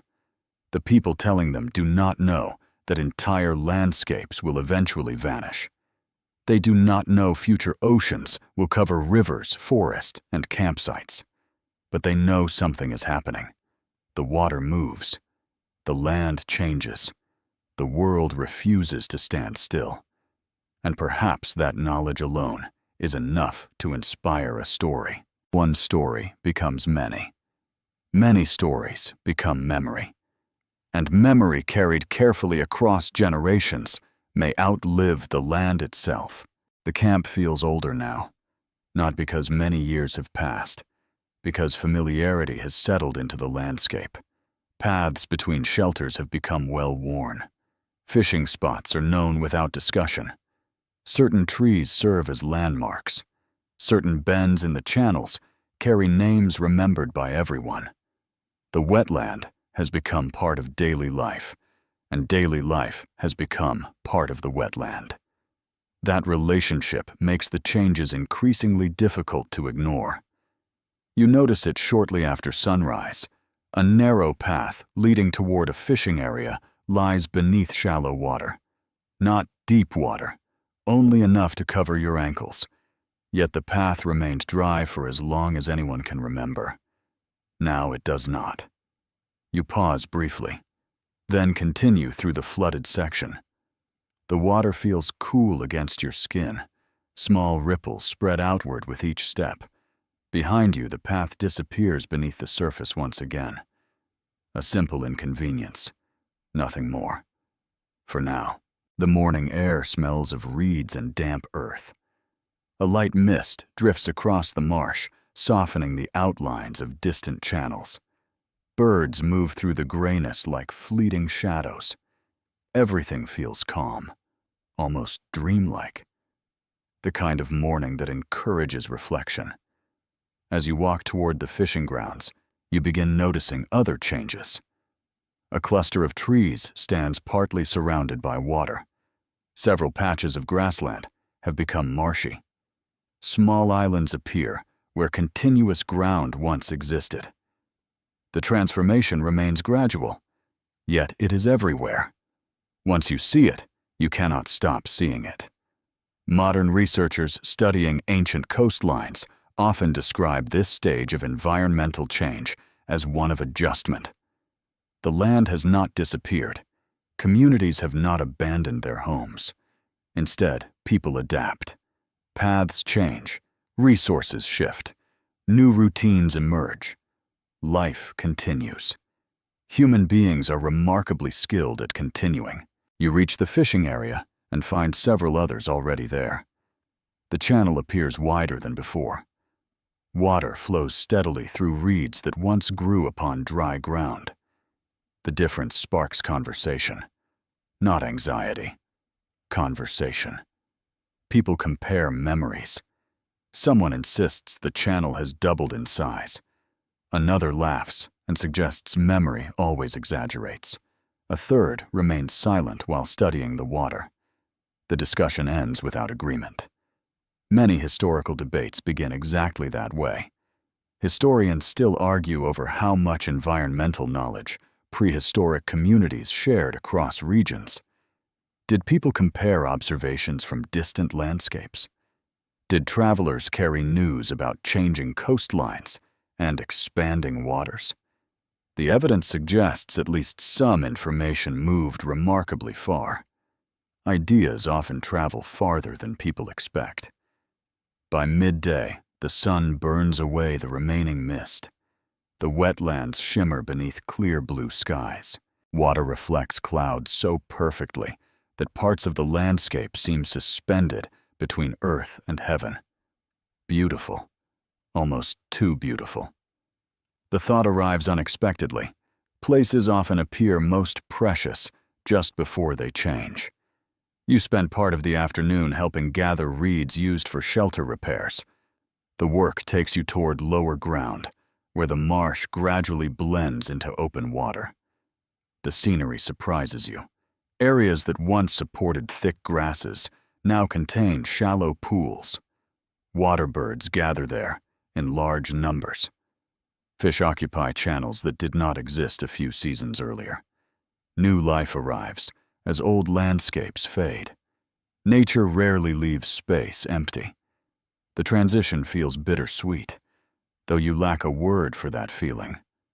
Perhaps no word is necessary. A breeze moves across the water carrying the smell of mud and vegetation. The scent feels richer than before, more aquatic. The marsh seems to be teaching the land how to become water. Slowly, patiently.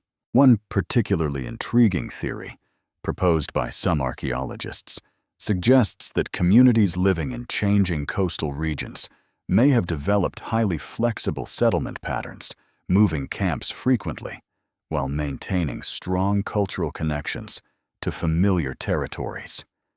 The exact details remain uncertain. The pattern makes sense. After all, humans rarely abandon beloved places willingly.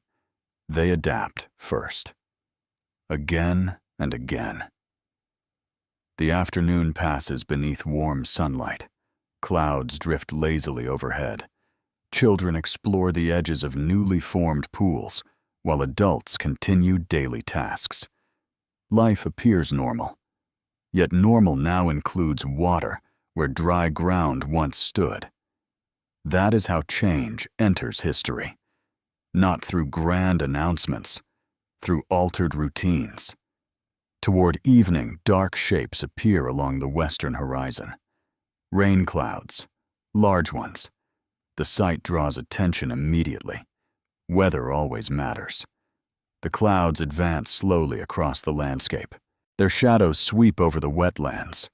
Sunlight breaks through gaps, creating shifting bands of gold and silver across the water. The scene feels magnificent. You stand upon a small rise and watch. The marsh stretches outward in every direction. Channels glimmer beneath the fading light. Birds move across the sky in graceful formations. The beauty feels overwhelming and fragile. Historians continue debating whether certain prehistoric communities understood the long-term implications of rising seas. Yet there is little doubt they observed immediate changes. People notice flooded paths. People notice disappearing shorelines. People notice when familiar places become difficult to reach. The details matter. The details always matter. Rain begins shortly before sunset. A gentle shower. Nothing severe. Droplets strike the water and create countless expanding circles across the marsh. Reeds sway in the growing wind. The smell of rain fills the air. Fresh, clean, ancient. Back at camp, shelters provide protection from the weather. The fire burns beneath careful coverings.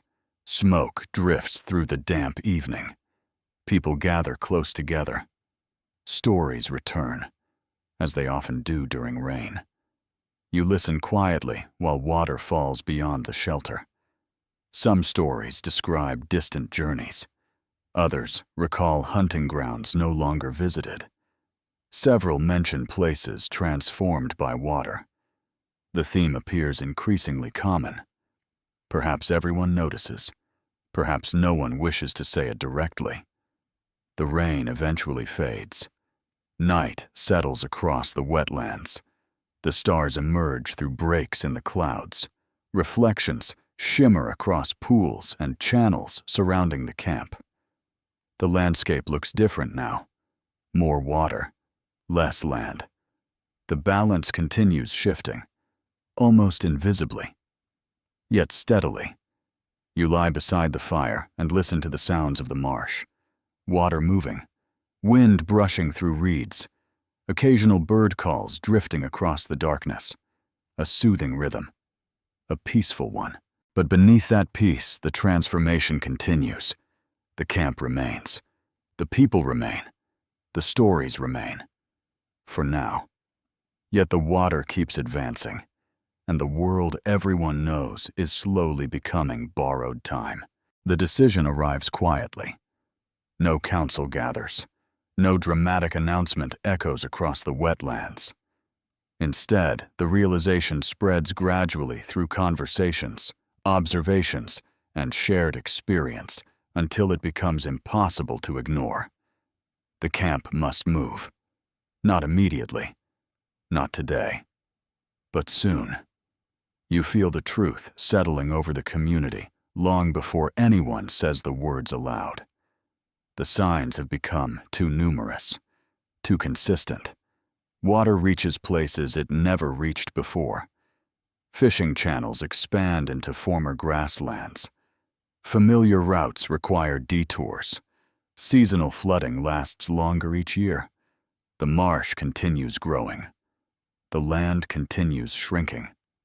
The balance has changed. You wake before sunrise and walk alone toward a ridge overlooking the wetlands. A cool breeze moves across the landscape. Mist drifts above the water in pale ribbons. The eastern horizon glows faintly beneath approaching dawn. The view feels familiar and strangely precious. You have stood here many times, yet today feels different. The pools appear larger, the channels wider, the islands smaller. The transformation remains gradual, but perspective reveals what routine sometimes hides. A bird rises from the reeds, then another. Their wings beat softly against the morning air. The world feels calm, peaceful. Yet peace does not prevent change. As sunlight spreads across the marsh, the full extent of the water becomes visible. Reflections shimmer everywhere. Areas that once supported grasses now hold shallow lakes. Small waterways connect regions previously separated by dry ground. The landscape remains beautiful, perhaps more beautiful than ever. That is the difficult part. People rarely leave ugly places reluctantly. They leave beloved places. The camp awakens behind you. Smoke begins rising from morning fires. Voices drift faintly across the wetland. The familiar sounds carry a surprising emotional weight. Humans form attachments quickly, especially to places that provide safety and abundance. Modern archaeologists studying prehistoric migrations often emphasize that movement was not necessarily unusual. Ancient communities frequently relocated according to seasons, resources, and environmental conditions. Yet frequent movement does not eliminate attachment. A temporary home can still become home. You return to camp as daily activities begin. The atmosphere feels subtly different. People discuss routes. They compare information about inland hunting grounds. Travelers share observations about higher terrain, farther from the expanding marsh. No one speaks of abandoning the wetland. Not directly. The language remains gentler. Exploring alternatives, preparing options, considering possibilities. Human beings often approach difficult transitions this way, by taking small mental steps before larger physical ones. The morning passes beneath clear skies. You help repair a carrying frame used for transporting supplies during long journeys. Similar tasks occur throughout the camp. Preparation has begun. Quietly, methodically. The practical nature of the work feels reassuring. There is comfort in action, even when the future remains uncertain. Around midday, you travel with a small group toward higher ground inland. The purpose is simple. Look, observe, remember. The route follows a series of ridges overlooking the wetlands. From each new vantage point, the changing landscape becomes easier to understand. The marsh stretches farther than before. Water dominates the lowlands. Channels branch outward in intricate patterns. The transformation appears undeniable now. Historians still debate exactly how prehistoric communities organized large-scale relocations. Some evidence suggests gradual movement over multiple seasons. Other sites hint at more concentrated migrations, triggered by environmental pressure. The reality likely varied. Different communities faced different circumstances. A particularly fascinating discovery from submerged landscapes involves ancient campsites found near former shorelines. These sites often show evidence of repeated occupation, followed by abandonment as water levels changed. People stayed, adapted, then moved. A pattern repeated across generations. The afternoon journey leads through open grasslands, untouched by the expanding wetlands. The contrast feels striking. Dry ground, stable terrain, predictable conditions. The landscape offers possibilities, yet it lacks something. The richness of the marsh, the abundance of fish, the countless birds, the familiar pathies. You realize that leaving involves more than relocating. It involves losing. The thought lingers. A breeze moves through the grass. Wild flowers sway beneath the sunlight. In the distance, herds continue their migrations across the plains. Life remains abundant. Opportunity remains available. Yet endings still matter. By late afternoon, the group returns to the wetland camp. The site greets you with unexpected warmth. Smoke rising, shelters standing, people moving through familiar routines. The place feels alive. The place feels temporary. Both truths exist together. One curious idea proposed by some scholars suggests that memories of lost homelands may have influenced oral traditions for countless generations after communities relocated. While direct evidence remains limited, the possibility continues attracting attention. People remember landscapes, sometimes longer than landscapes survive. Evening arrives beneath a sky painted with soft shades of gold and amber. The wetlands glow in the fading light. Water reflects clouds and distant birds. The entire landscape seems illuminated from within. Beautiful, almost heartbreakingly so. You sit beside the fire while darkness gradually settles across the marsh. Conversations remain calm. Preparations continue quietly. Carrying baskets are repaired, tools organized, routes discussed. The decision no longer feels hypothetical. Movement approaches, not because of disaster, because adaptation demands it. That distinction matters. The wetlands have not betrayed the people who live here.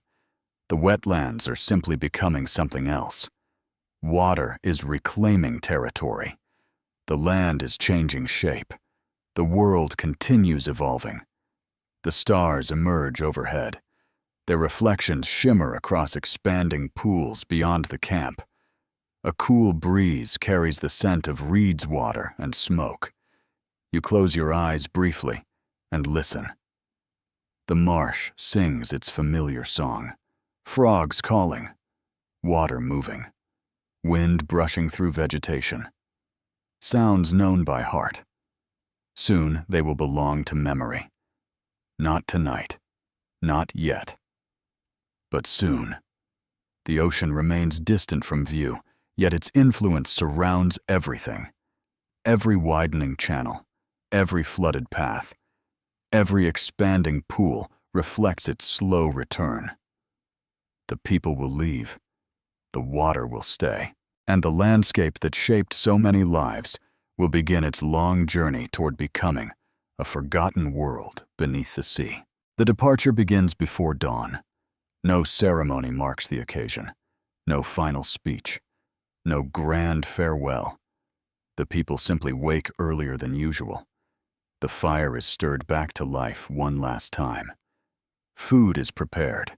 Carrying frames are loaded. Tools are checked carefully. Children remain unusually quiet, sensing that today differs from other days. The camp feels suspended between two worlds, one ending, one beginning.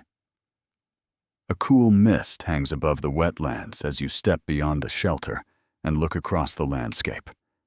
The familiar channels disappear into pale gray fog. Reeds sway gently in the morning breeze. Water reflects the faintest hints of approaching sunlight. Everything appears peaceful, beautiful, almost unchanged. Yet that is often how important moments arrive. Quietly, you stand for a long moment and simply look. The place has provided food shelter and security. Generations have fished these waters.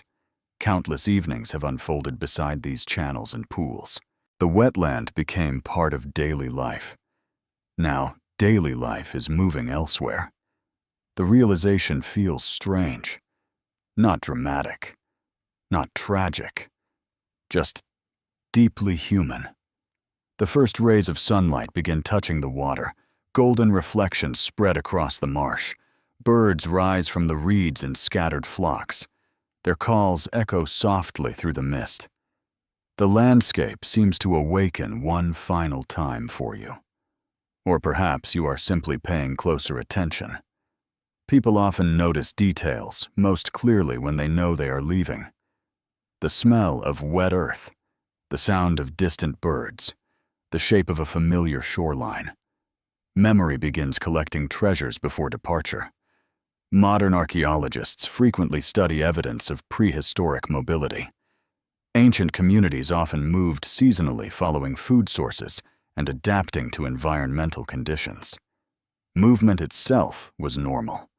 What makes certain departures memorable is the knowledge that some places could never truly be returned to. The wetland continues changing. The water continues advancing. Eventually, even memories may struggle to recognize the landscape. The group begins walking shortly after sunrise. The route leads toward higher ground inland. Carrying frames creak softly beneath their loads. Footsteps follow familiar paths one last time. You glance back occasionally. The marsh remains visible behind you. Water glitters beneath the morning sun. Mist slowly dissolves into the warming air. The scene feels almost unreal. a beautiful dream fading with daylight. Hours pass. The landscape gradually changes. Wetlands give way to open grasslands. The ground becomes firmer. Streams narrow. Dry earth appears more frequently beneath your feet. The transition feels subtle at first, then unmistakable. The world beyond the marsh seems larger, more exposed, less intimate. You miss the water already. That realization surprises you. The wetlands often brought inconvenience, muddy paths, mosquitoes, flooded routes. Yet affection rarely depends upon perfection. Humans grow attached to places through experience, not convenience.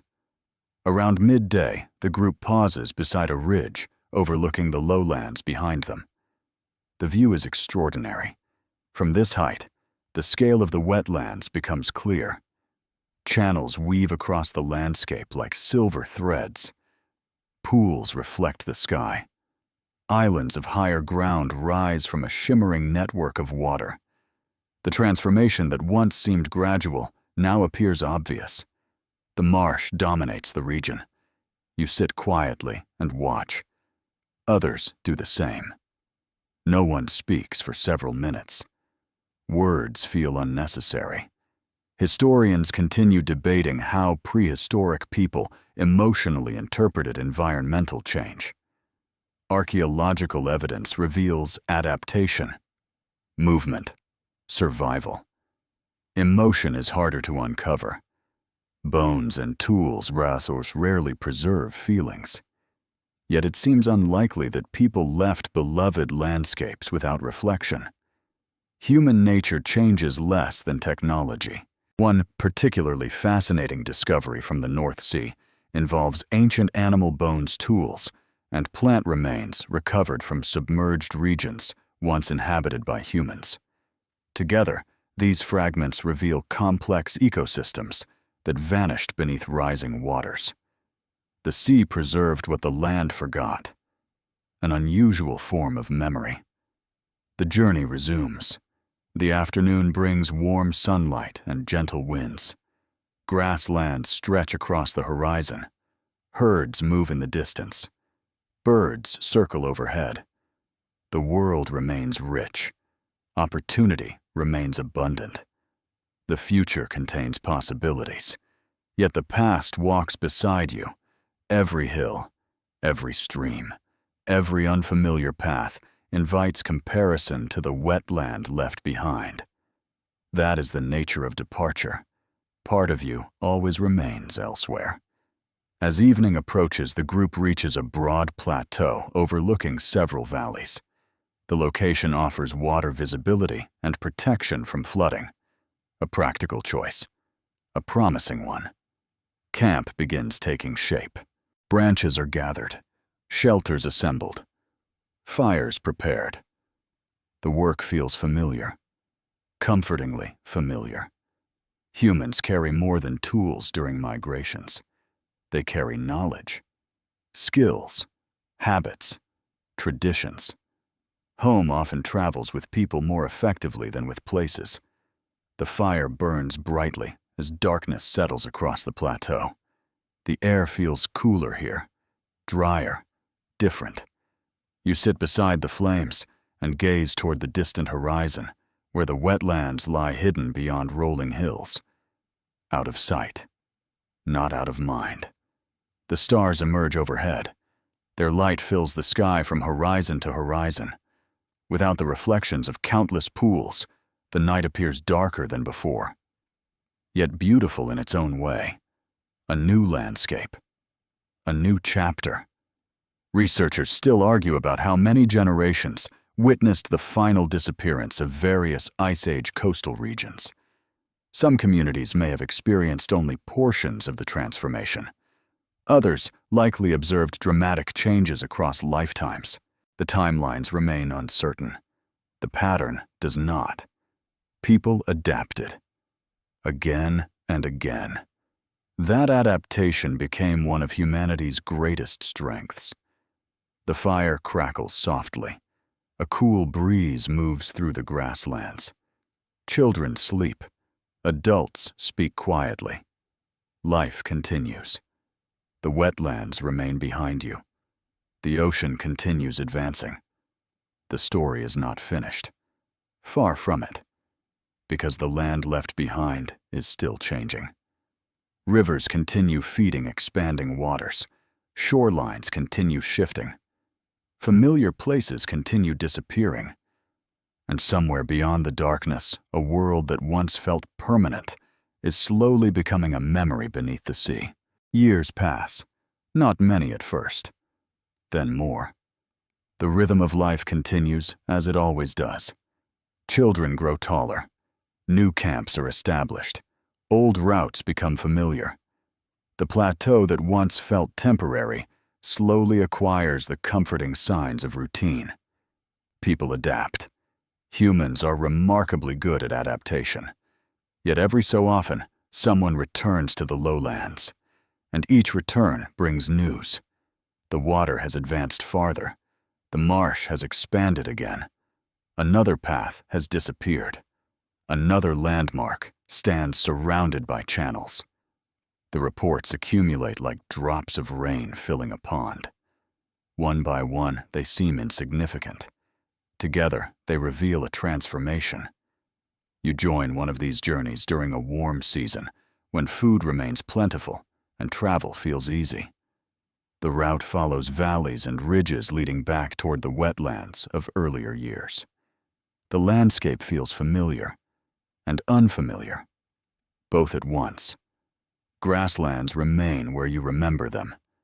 Certain hills still stand unchanged, yet other features appear altered. Streams occupy broader channels. Low areas contain standing water. The clues begin appearing long before the wetlands themselves come into view. Water leaves signatures. You learn to recognize them. The air grows more humid as the journey continues. Birds associated with marshes become increasingly common. Reeds appear beside streams where none once grew. The transformation extends beyond the wetland itself. The influence of water spreads outward. Patiently, steadily. By midday, you reach a ridge overlooking the lowlands and stop. The view is astonishing. The wetland has become something larger, much larger. What once appeared as scattered pools and channels now resembles an inland sea. Water dominates vast sections of the landscape. Islands rise where hills once stood amid open ground. The scale feels difficult to comprehend. You stand silently, watching. The memory of the old landscape remains vivid, yet reality stretches before you. The difference between memory and reality feels startling. Modern scientists know that rising seas often create complex transitional environments before fully inundating coastal regions. Marshes expand. Estuaries form. Fresh water and salt water interact in constantly shifting patterns. The process can transform entire ecosystems. Not overnight, over generations, exactly as it does here. You continue toward the water's edge. The ground grows softer with each step. Reeds sway in warm breezes. Water birds gather in astonishing numbers. Fish move through channels where grass once grew. Life thrives. That part surprises you. The advancing water has not created emptiness. It has created something new, different, rich in its own way. Nature rarely pauses between endings and beginnings. The two often arrive together. You kneel beside a channel and touch the water. Cool, smooth, moving. The current feels familiar despite everything that has changed. Historians still debate how prehistoric communities interpreted environmental transformations of this magnitude. Did they view the changes as losses, opportunities, natural cycles? Perhaps the answer depended on perspective. A fisherman might see abundance. A hunter might see disappearing ground. Human experiences rarely fit into simple categories. One fascinating archaeological mystery involves ancient settlements found near coastlines that experienced repeated flooding. Some communities rebuilt multiple times before eventually relocating. Others moved sooner. Researchers continued discussing why. Attachment to place likely played a role. So did practicality. Human decisions are rarely driven by a single factor. The afternoon passes exploring the transformed landscape. Certain landmarks survive: a familiar hill, a cluster of trees, a rocky outcrop. They rise above expanding waters like memories refusing to disappear. Yet many other features have vanished completely. You search for an old path once used regularly. It no longer exists. Water covers it entirely. The realization feels strangely personal. A path may seem insignificant until it is gone. The same principle applies to many things. Toward evening, the journey reaches the shoreline of a broad inlet extending deep into the former lowlands. Gentle waves lap against muddy banks. Seabirds wheel overhead. The smell of salt hangs unmistakably in the air. Salt. That detail matters. The ocean has arrived. Not everywhere. Not completely. But undeniably. Places that once belonged to rivers and marshes now feel connected to something larger. The sea is no longer distant. It has entered the landscape. Researchers studying ancient coastal environments frequently analyze microscopic organisms preserved in sediments. These tiny remains reveal when salt water began influencing regions that were previously fresh water. A grain of mud can preserve centuries of history. The earth records change patiently, even when people do not. As sunset approaches, you climb another ridge overlooking the transformed lowlands. The view glows beneath golden light. Water reflects the sky. Channels weave through reeds. Small islands cast long shadows across the surface. Beautiful, almost impossibly beautiful. Yet beauty does not erase loss. Both can exist together. The old wetland remains visible only in fragments now. Memory supplies details the landscape no longer provides. You remember paths, fishing spots, campfires, voices. The land remembers differently.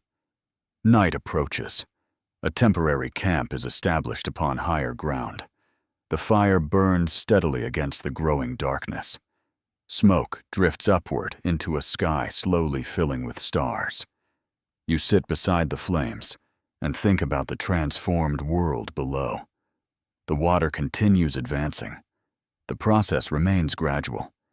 Yet viewed across years, the scale becomes undeniable. Entire regions have changed. Entire ecosystems have reorganized. Entire experiences belong to memory. Historians continue arguing about whether certain ancient flood traditions may preserve echoes of transformations like this. Definitive answers remain elusive. The possibility endures. Perhaps somewhere generations from now, people will tell stories about lands swallowed by water. Perhaps those stories will grow, change, acquire new details. That is what stories do. The fire crackles softly. The night air carries the scent of salt and reeds. Below, moonlight reflects from expanding waters that did not exist here long ago. The ocean has not arrived with violence, not yet. Instead, it has arrived with patience, and patience given enough time can reshape the world. The children born upon the plateau know a different world. They listen to stories about vanished paths, the way later generations might listen to stories about distant kingdoms. The names remain familiar. The places do not. For them, the wetlands have always been larger. The channels have always reached farther inland. The scent of salt has always drifted across certain valleys during strong winds. Memory has begun changing shape. That is one of history's quietest transformations. Landscapes disappear. Then the people who remember them disappear as well. You notice this during a gathering held near the end of a warm season. Several families have come together to exchange news tools and stories. Fires burn across the plateau. Children run between camps. Older adults sit together beneath the evening sky. The atmosphere feels relaxed, comfortable, human. One elder begins describing a hunting route used many years earlier. The younger listeners appear fascinated. The route crosses valleys that no longer exist. Several sections now lie beneath water. The children struggle to imagine it. You understand why. The story sounds almost impossible. A forest where there is now open water. A grassland where fish swim today. A path beneath a channel. Memory increasingly resembles mythology, not because anyone intends to exaggerate, because the world itself has changed. The next morning begins beneath brilliant sunlight. The air feels warm and unusually still. Not a single cloud interrupts the sky. You travel with a small group toward the coast once more. The journey feels different now, less like exploration, more like witnessing. Everyone knows change continues. Everyone expects new surprises. The landscape rarely disappoints. By midday, you reach a ridge overlooking a vast expanse of water stretching across former lowlands. The sight remains startling despite repeated visits. The inland sea has grown again. Channels have widened. Small islands have become smaller still. Certain hills now stand completely isolated by water. The transformation feels relentless, yet not hostile. The distinction matters. Nature does not seem angry. Nature simply continues. You sit upon the ridge and watch sunlight dance across the surface below. Birds drift on rising currents. Fish occasionally disturb the water. Life adapts, just as people do. Modern scientists studying submerged prehistoric landscapes often emphasize that environmental change creates both challenges and opportunities. Certain species decline, others flourish. New ecosystems emerge. The same applies to human communities. Adaptation becomes essential. Fortunately, adaptation remains one of humanity's greatest strengths. You descend toward the shoreline during the afternoon. The water appears calm. Gentle waves roll against muddy banks. Reeds sway in warm breezes. The scene feels peaceful, almost sleepy.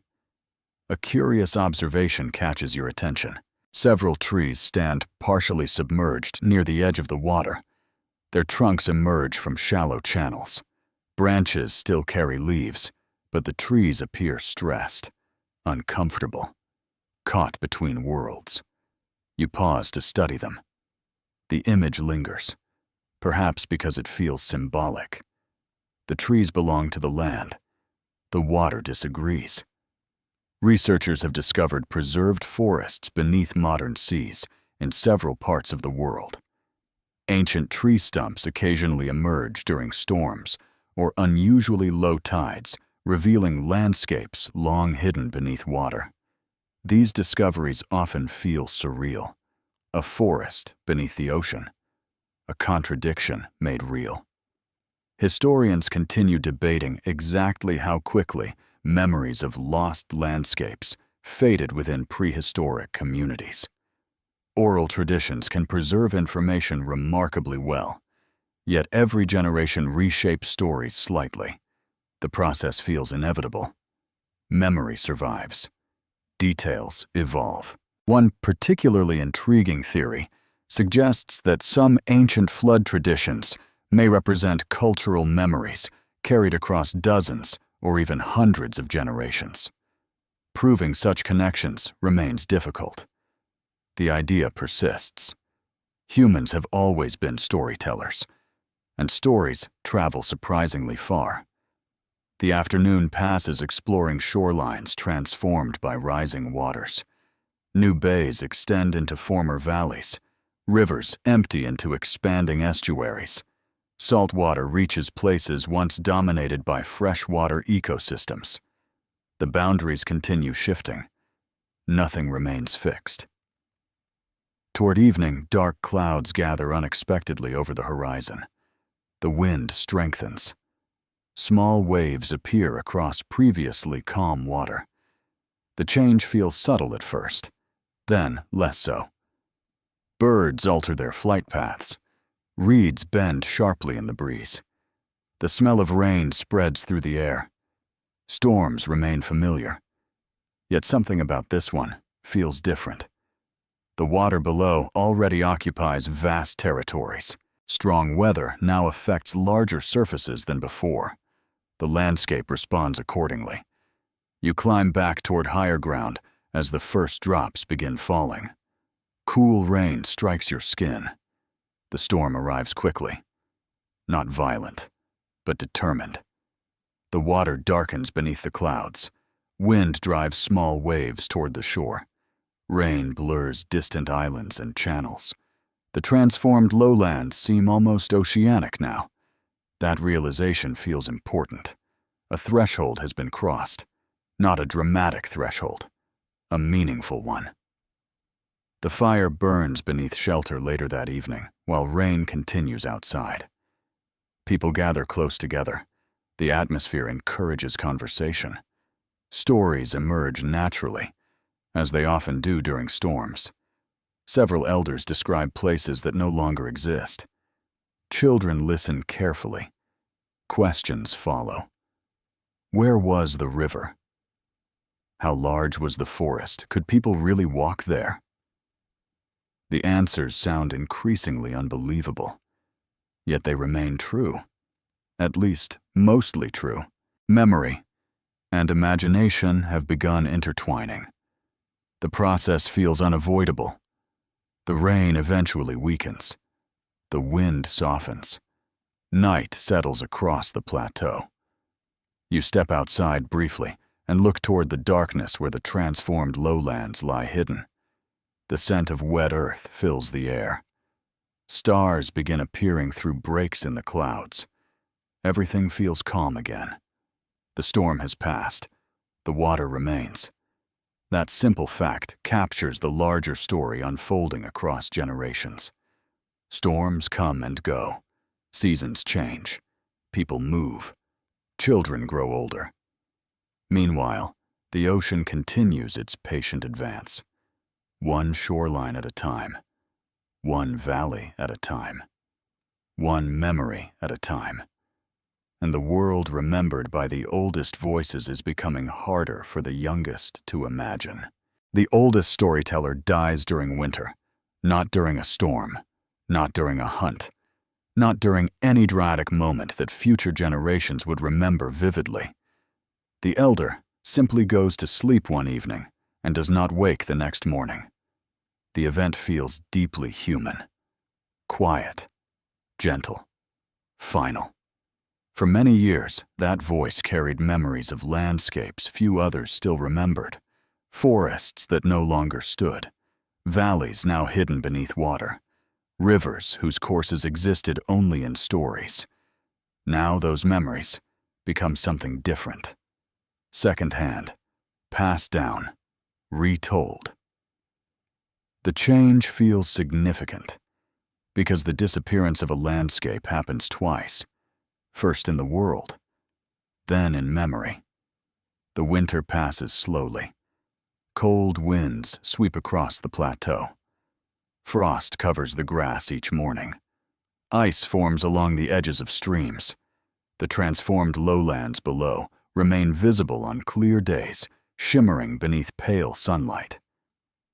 Even in winter, the water dominates the horizon. You often find yourself looking toward it, watching, measuring change against memory. The habit has become difficult to abandon. When spring finally arrives, the world awakens quickly, Birds return in large numbers. New plants emerge from the soil. Streams swell with fresh water. Life resumes its familiar rhythm. Yet the landscape continues changing. Always changing. You travel toward the coast again once warmer weather settles across the region. The journey feels easier than during winter. Wildflowers spread across open ground. Insects fill the air. The scent of growing vegetation follows every breeze. The world feels alive. Hopeful. The path leads through valleys that remain dry for now. Yet even here, signs of transformation appear. Certain streams have widened. Marshy ground extends farther inland. New ponds occupy shallow depressions. The influence of water reaches everywhere, directly or indirectly. Modern researchers studying post-ice age sea level rise often describe the process as one of interconnected systems. Rising oceans influence rivers. Rivers influence wetlands. Wetlands influence vegetation. Vegetation influences animal behavior. Everything connects. Nothing changes alone. By midday, you reach a familiar overlook. The view stops you immediately. The water has advanced farther than expected. A broad bay now occupies territory that once supported grasslands. Several islands visible during previous visits have vanished entirely. Only open water remains. You stand silently. The absence feels surprisingly noticeable. Humans often pay more attention to what disappears than to what remains. The mind naturally fills missing spaces. You remember where those islands stood. Memory places them there even now. Reality disagrees. A gentle breeze carries the unmistakable scent of salt. Seabirds wheel overhead. Small waves glitter beneath the afternoon sun. The scene appears beautiful and strange. The lowlands increasingly resemble a coastline rather than an inland marsh. The distinction matters. An entire world is changing categories. One particularly fascinating discovery from submerged prehistoric landscapes involves ancient freshwater sediments buried beneath marine deposits. These layers reveal the exact sequence of environmental change. Freshwater, wetland, brackish water, ocean. The earth preserves the story layer by layer, a natural archive. Far older than any library. Historians still debate how prehistoric communities interpreted long-term transformations unfolding across multiple generations. Did younger people view rising waters as normal because they had never known anything else? The question remains difficult to answer. Each generation inherits a different version of reality. That may be one of history's most important lessons. You spend much of the afternoon walking along newly formed shorelines. The water extends into former valleys with graceful curves. Cliffs rise above sheltered bays. Channels connect distant inlets. The geography feels unfamiliar, yet increasingly permanent. Another paradox. The landscape continues changing, yet each stage feels stable while it lasts. A flock of birds suddenly lifts from a nearby shoreline. Hundreds rise together, turning in unison. Above the water, before settling elsewhere. The movement captures your attention. Elegant, effortless. The birds adapt without hesitation. Humans adapt too, though often with more reflection. Toward evening, you discover the remains of an old campsite upon higher ground overlooking the bay. Weathered stones mark where fires once burned. A few scattered fragments of worked stone remain visible among the grass. Someone lived here, long ago, perhaps before the water arrived, perhaps while it was arriving. The details have vanished. The evidence remains. You sit nearby and watch the sunset. Golden light spreads across the bay. Water reflects shades of orange and red. The entire landscape glows beneath the fading sun. Beautiful. Almost impossibly beautiful. The scene inspires a curious thought. Perhaps future generations will struggle to imagine that this bay was ever dry land. Just as younger people already struggle to imagine the vanished wetlands. Memory shortens. Landscapes change. History moves forward. The sun disappears below the horizon. Twilight settles across the water. You begin the journey back toward the plateau. The path feels familiar, comforting. The stars emerge gradually overhead. Their light guides your steps through the gathering darkness. Back at camp, the fire burns steadily. Smoke drifts into cool evening air. People gather nearby, sharing food and stories. The atmosphere feels warm, welcoming, human. One child asks about the old storyteller. Someone repeats one of the elders' favorite tales. Others add details. The story survives. Changed slightly, yet alive. That may be how memory works best. Not preserved perfectly, carried forward imperfectly. Like water flowing through a river, always moving, always recognizable. You sit beside the fire and listen. Beyond the plateau, unseen in the darkness, the ocean continues its patient work. Valleys fill, shorelines shift, islands disappear. The transformation remains unfinished, but its direction is clear. The world of the ancestors grows smaller with each passing generation, and the world beneath the waves grows larger. Many generations have passed now. The world you once knew survives only in fragments.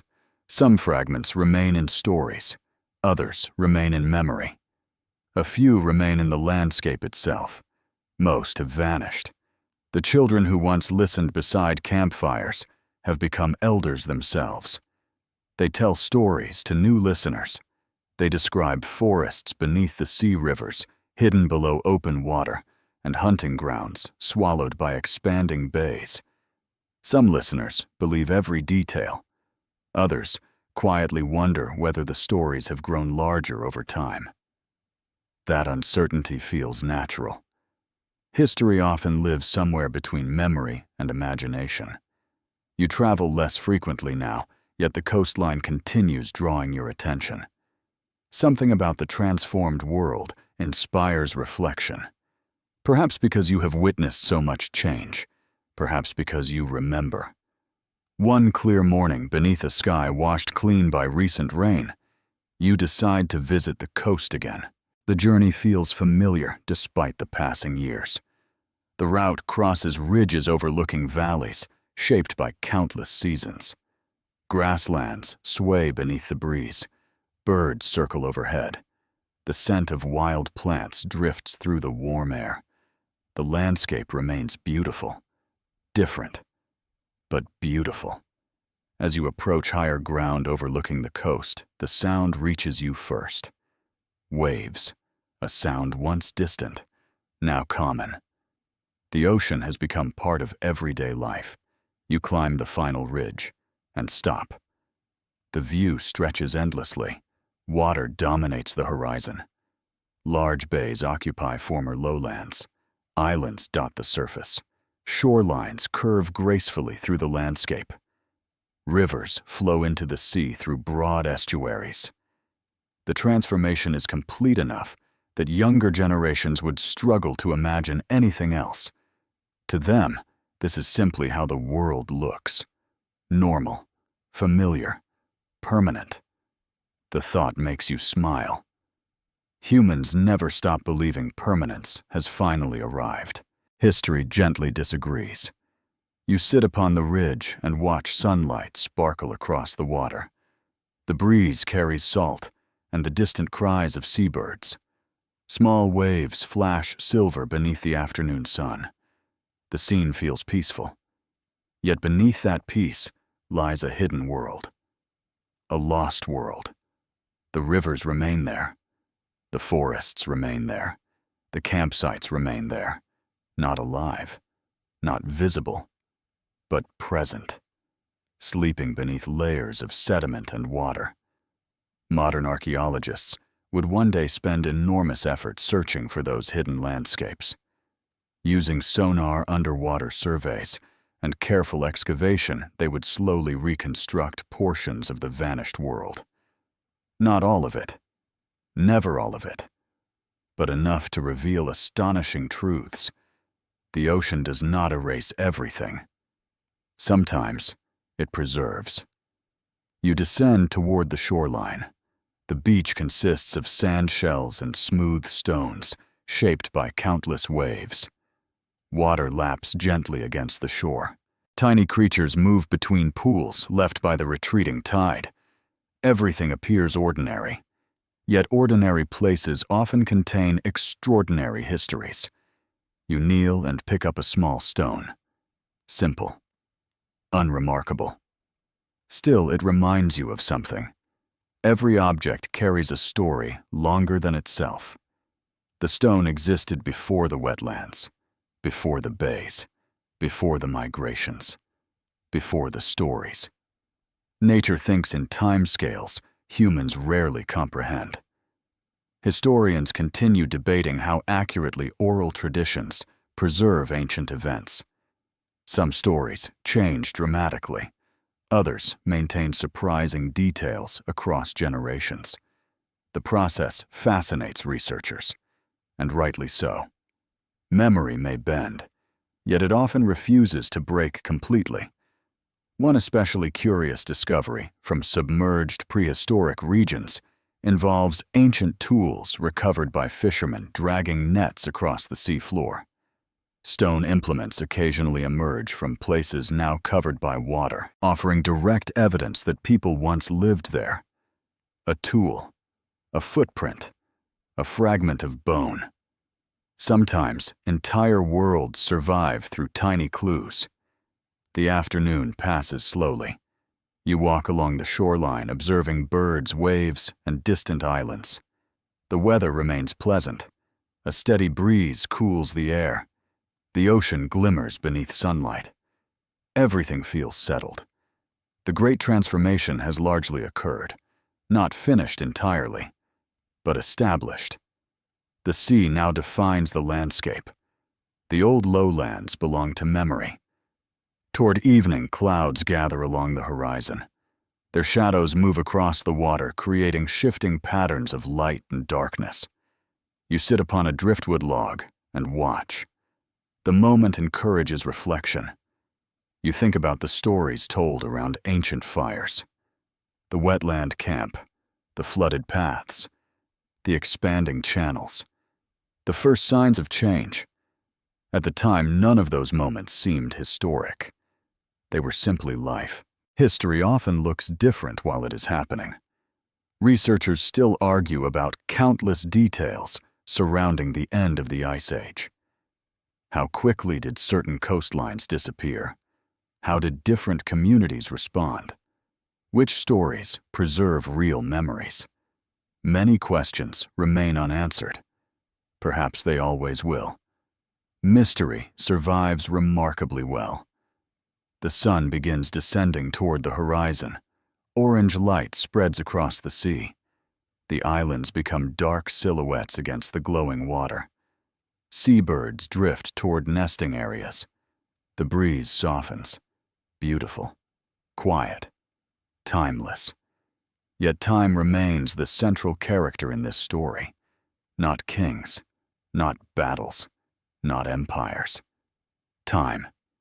Given enough centuries, time transformed plains into bays, forests into seabeds, paths into channels, memories into legends.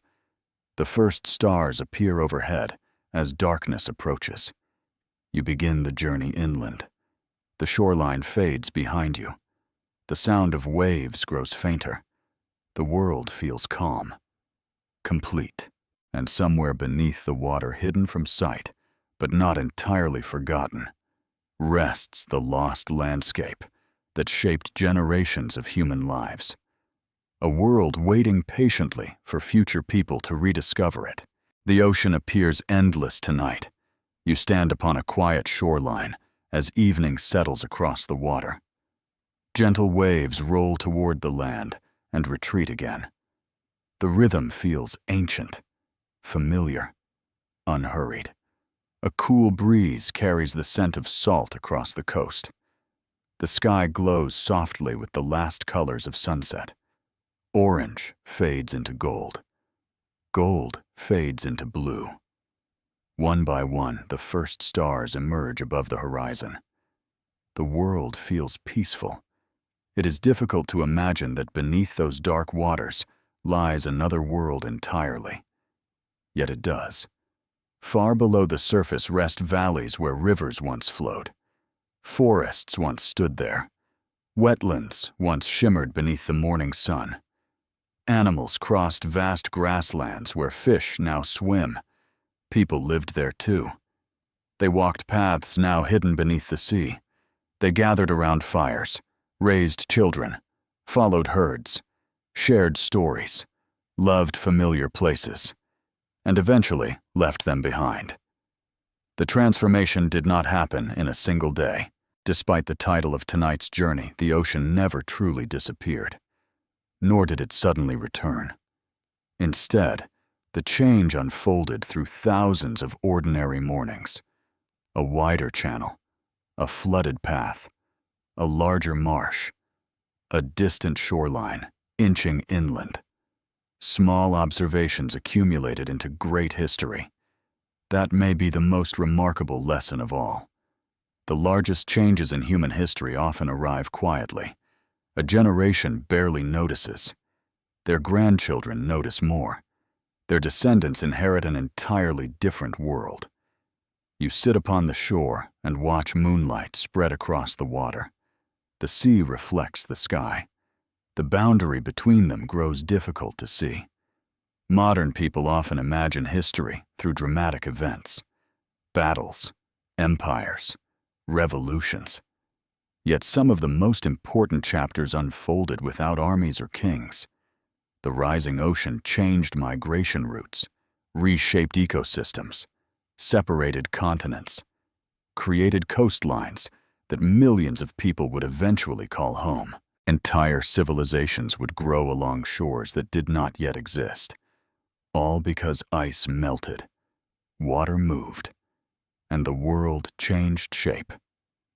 Historians continue debating countless details. Exactly how quickly did certain regions disappear? Which stories preserve memories of lost lands? How much did ancient people understand about the transformation surrounding them? Some answers remain hidden, perhaps forever. The sea guards its secrets carefully. Yet every year, new discoveries emerge. Ancient forests beneath coastal waters, stone tools recovered from the seafloor, forgotten river channels revealed through careful mapping, tiny fragments helping reconstruct enormous stories. The lost world has not vanished completely. It leaves traces. Enough for curious minds to follow. Enough for imagination to travel backward through time. Enough to remind us that today's landscapes are not permanent either. The coast before you feels eternal. The ocean feels eternal. People standing here thousands of years from now may think exactly the same thing. And perhaps one day, they too will discover evidence of a forgotten world, hidden beneath changing waters. The stars brighten overhead. The waves continue their patient rhythm. The night grows deeper. Around you the world feels still. Yet beneath that stillness lies motion.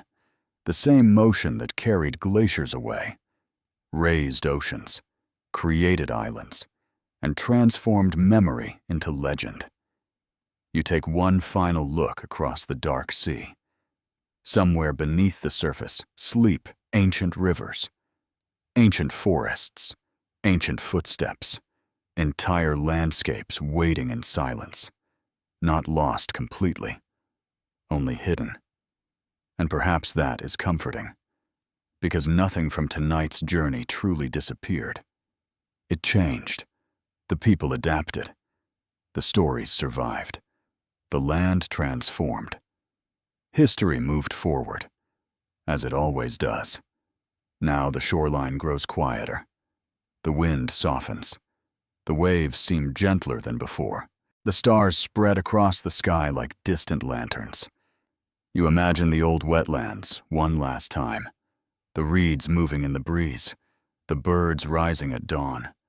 The firelight reflecting upon still water. Voices carrying through the evening air. Then you let the image drift away, like mist above a river, like a footprint beside the sea, like a story carried across generations. The ocean continues breathing slowly against the shore. In, out, in, out.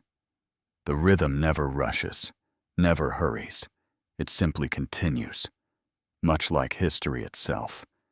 And as the night settles completely around you, the lost world beneath the waves grows softer in your thoughts.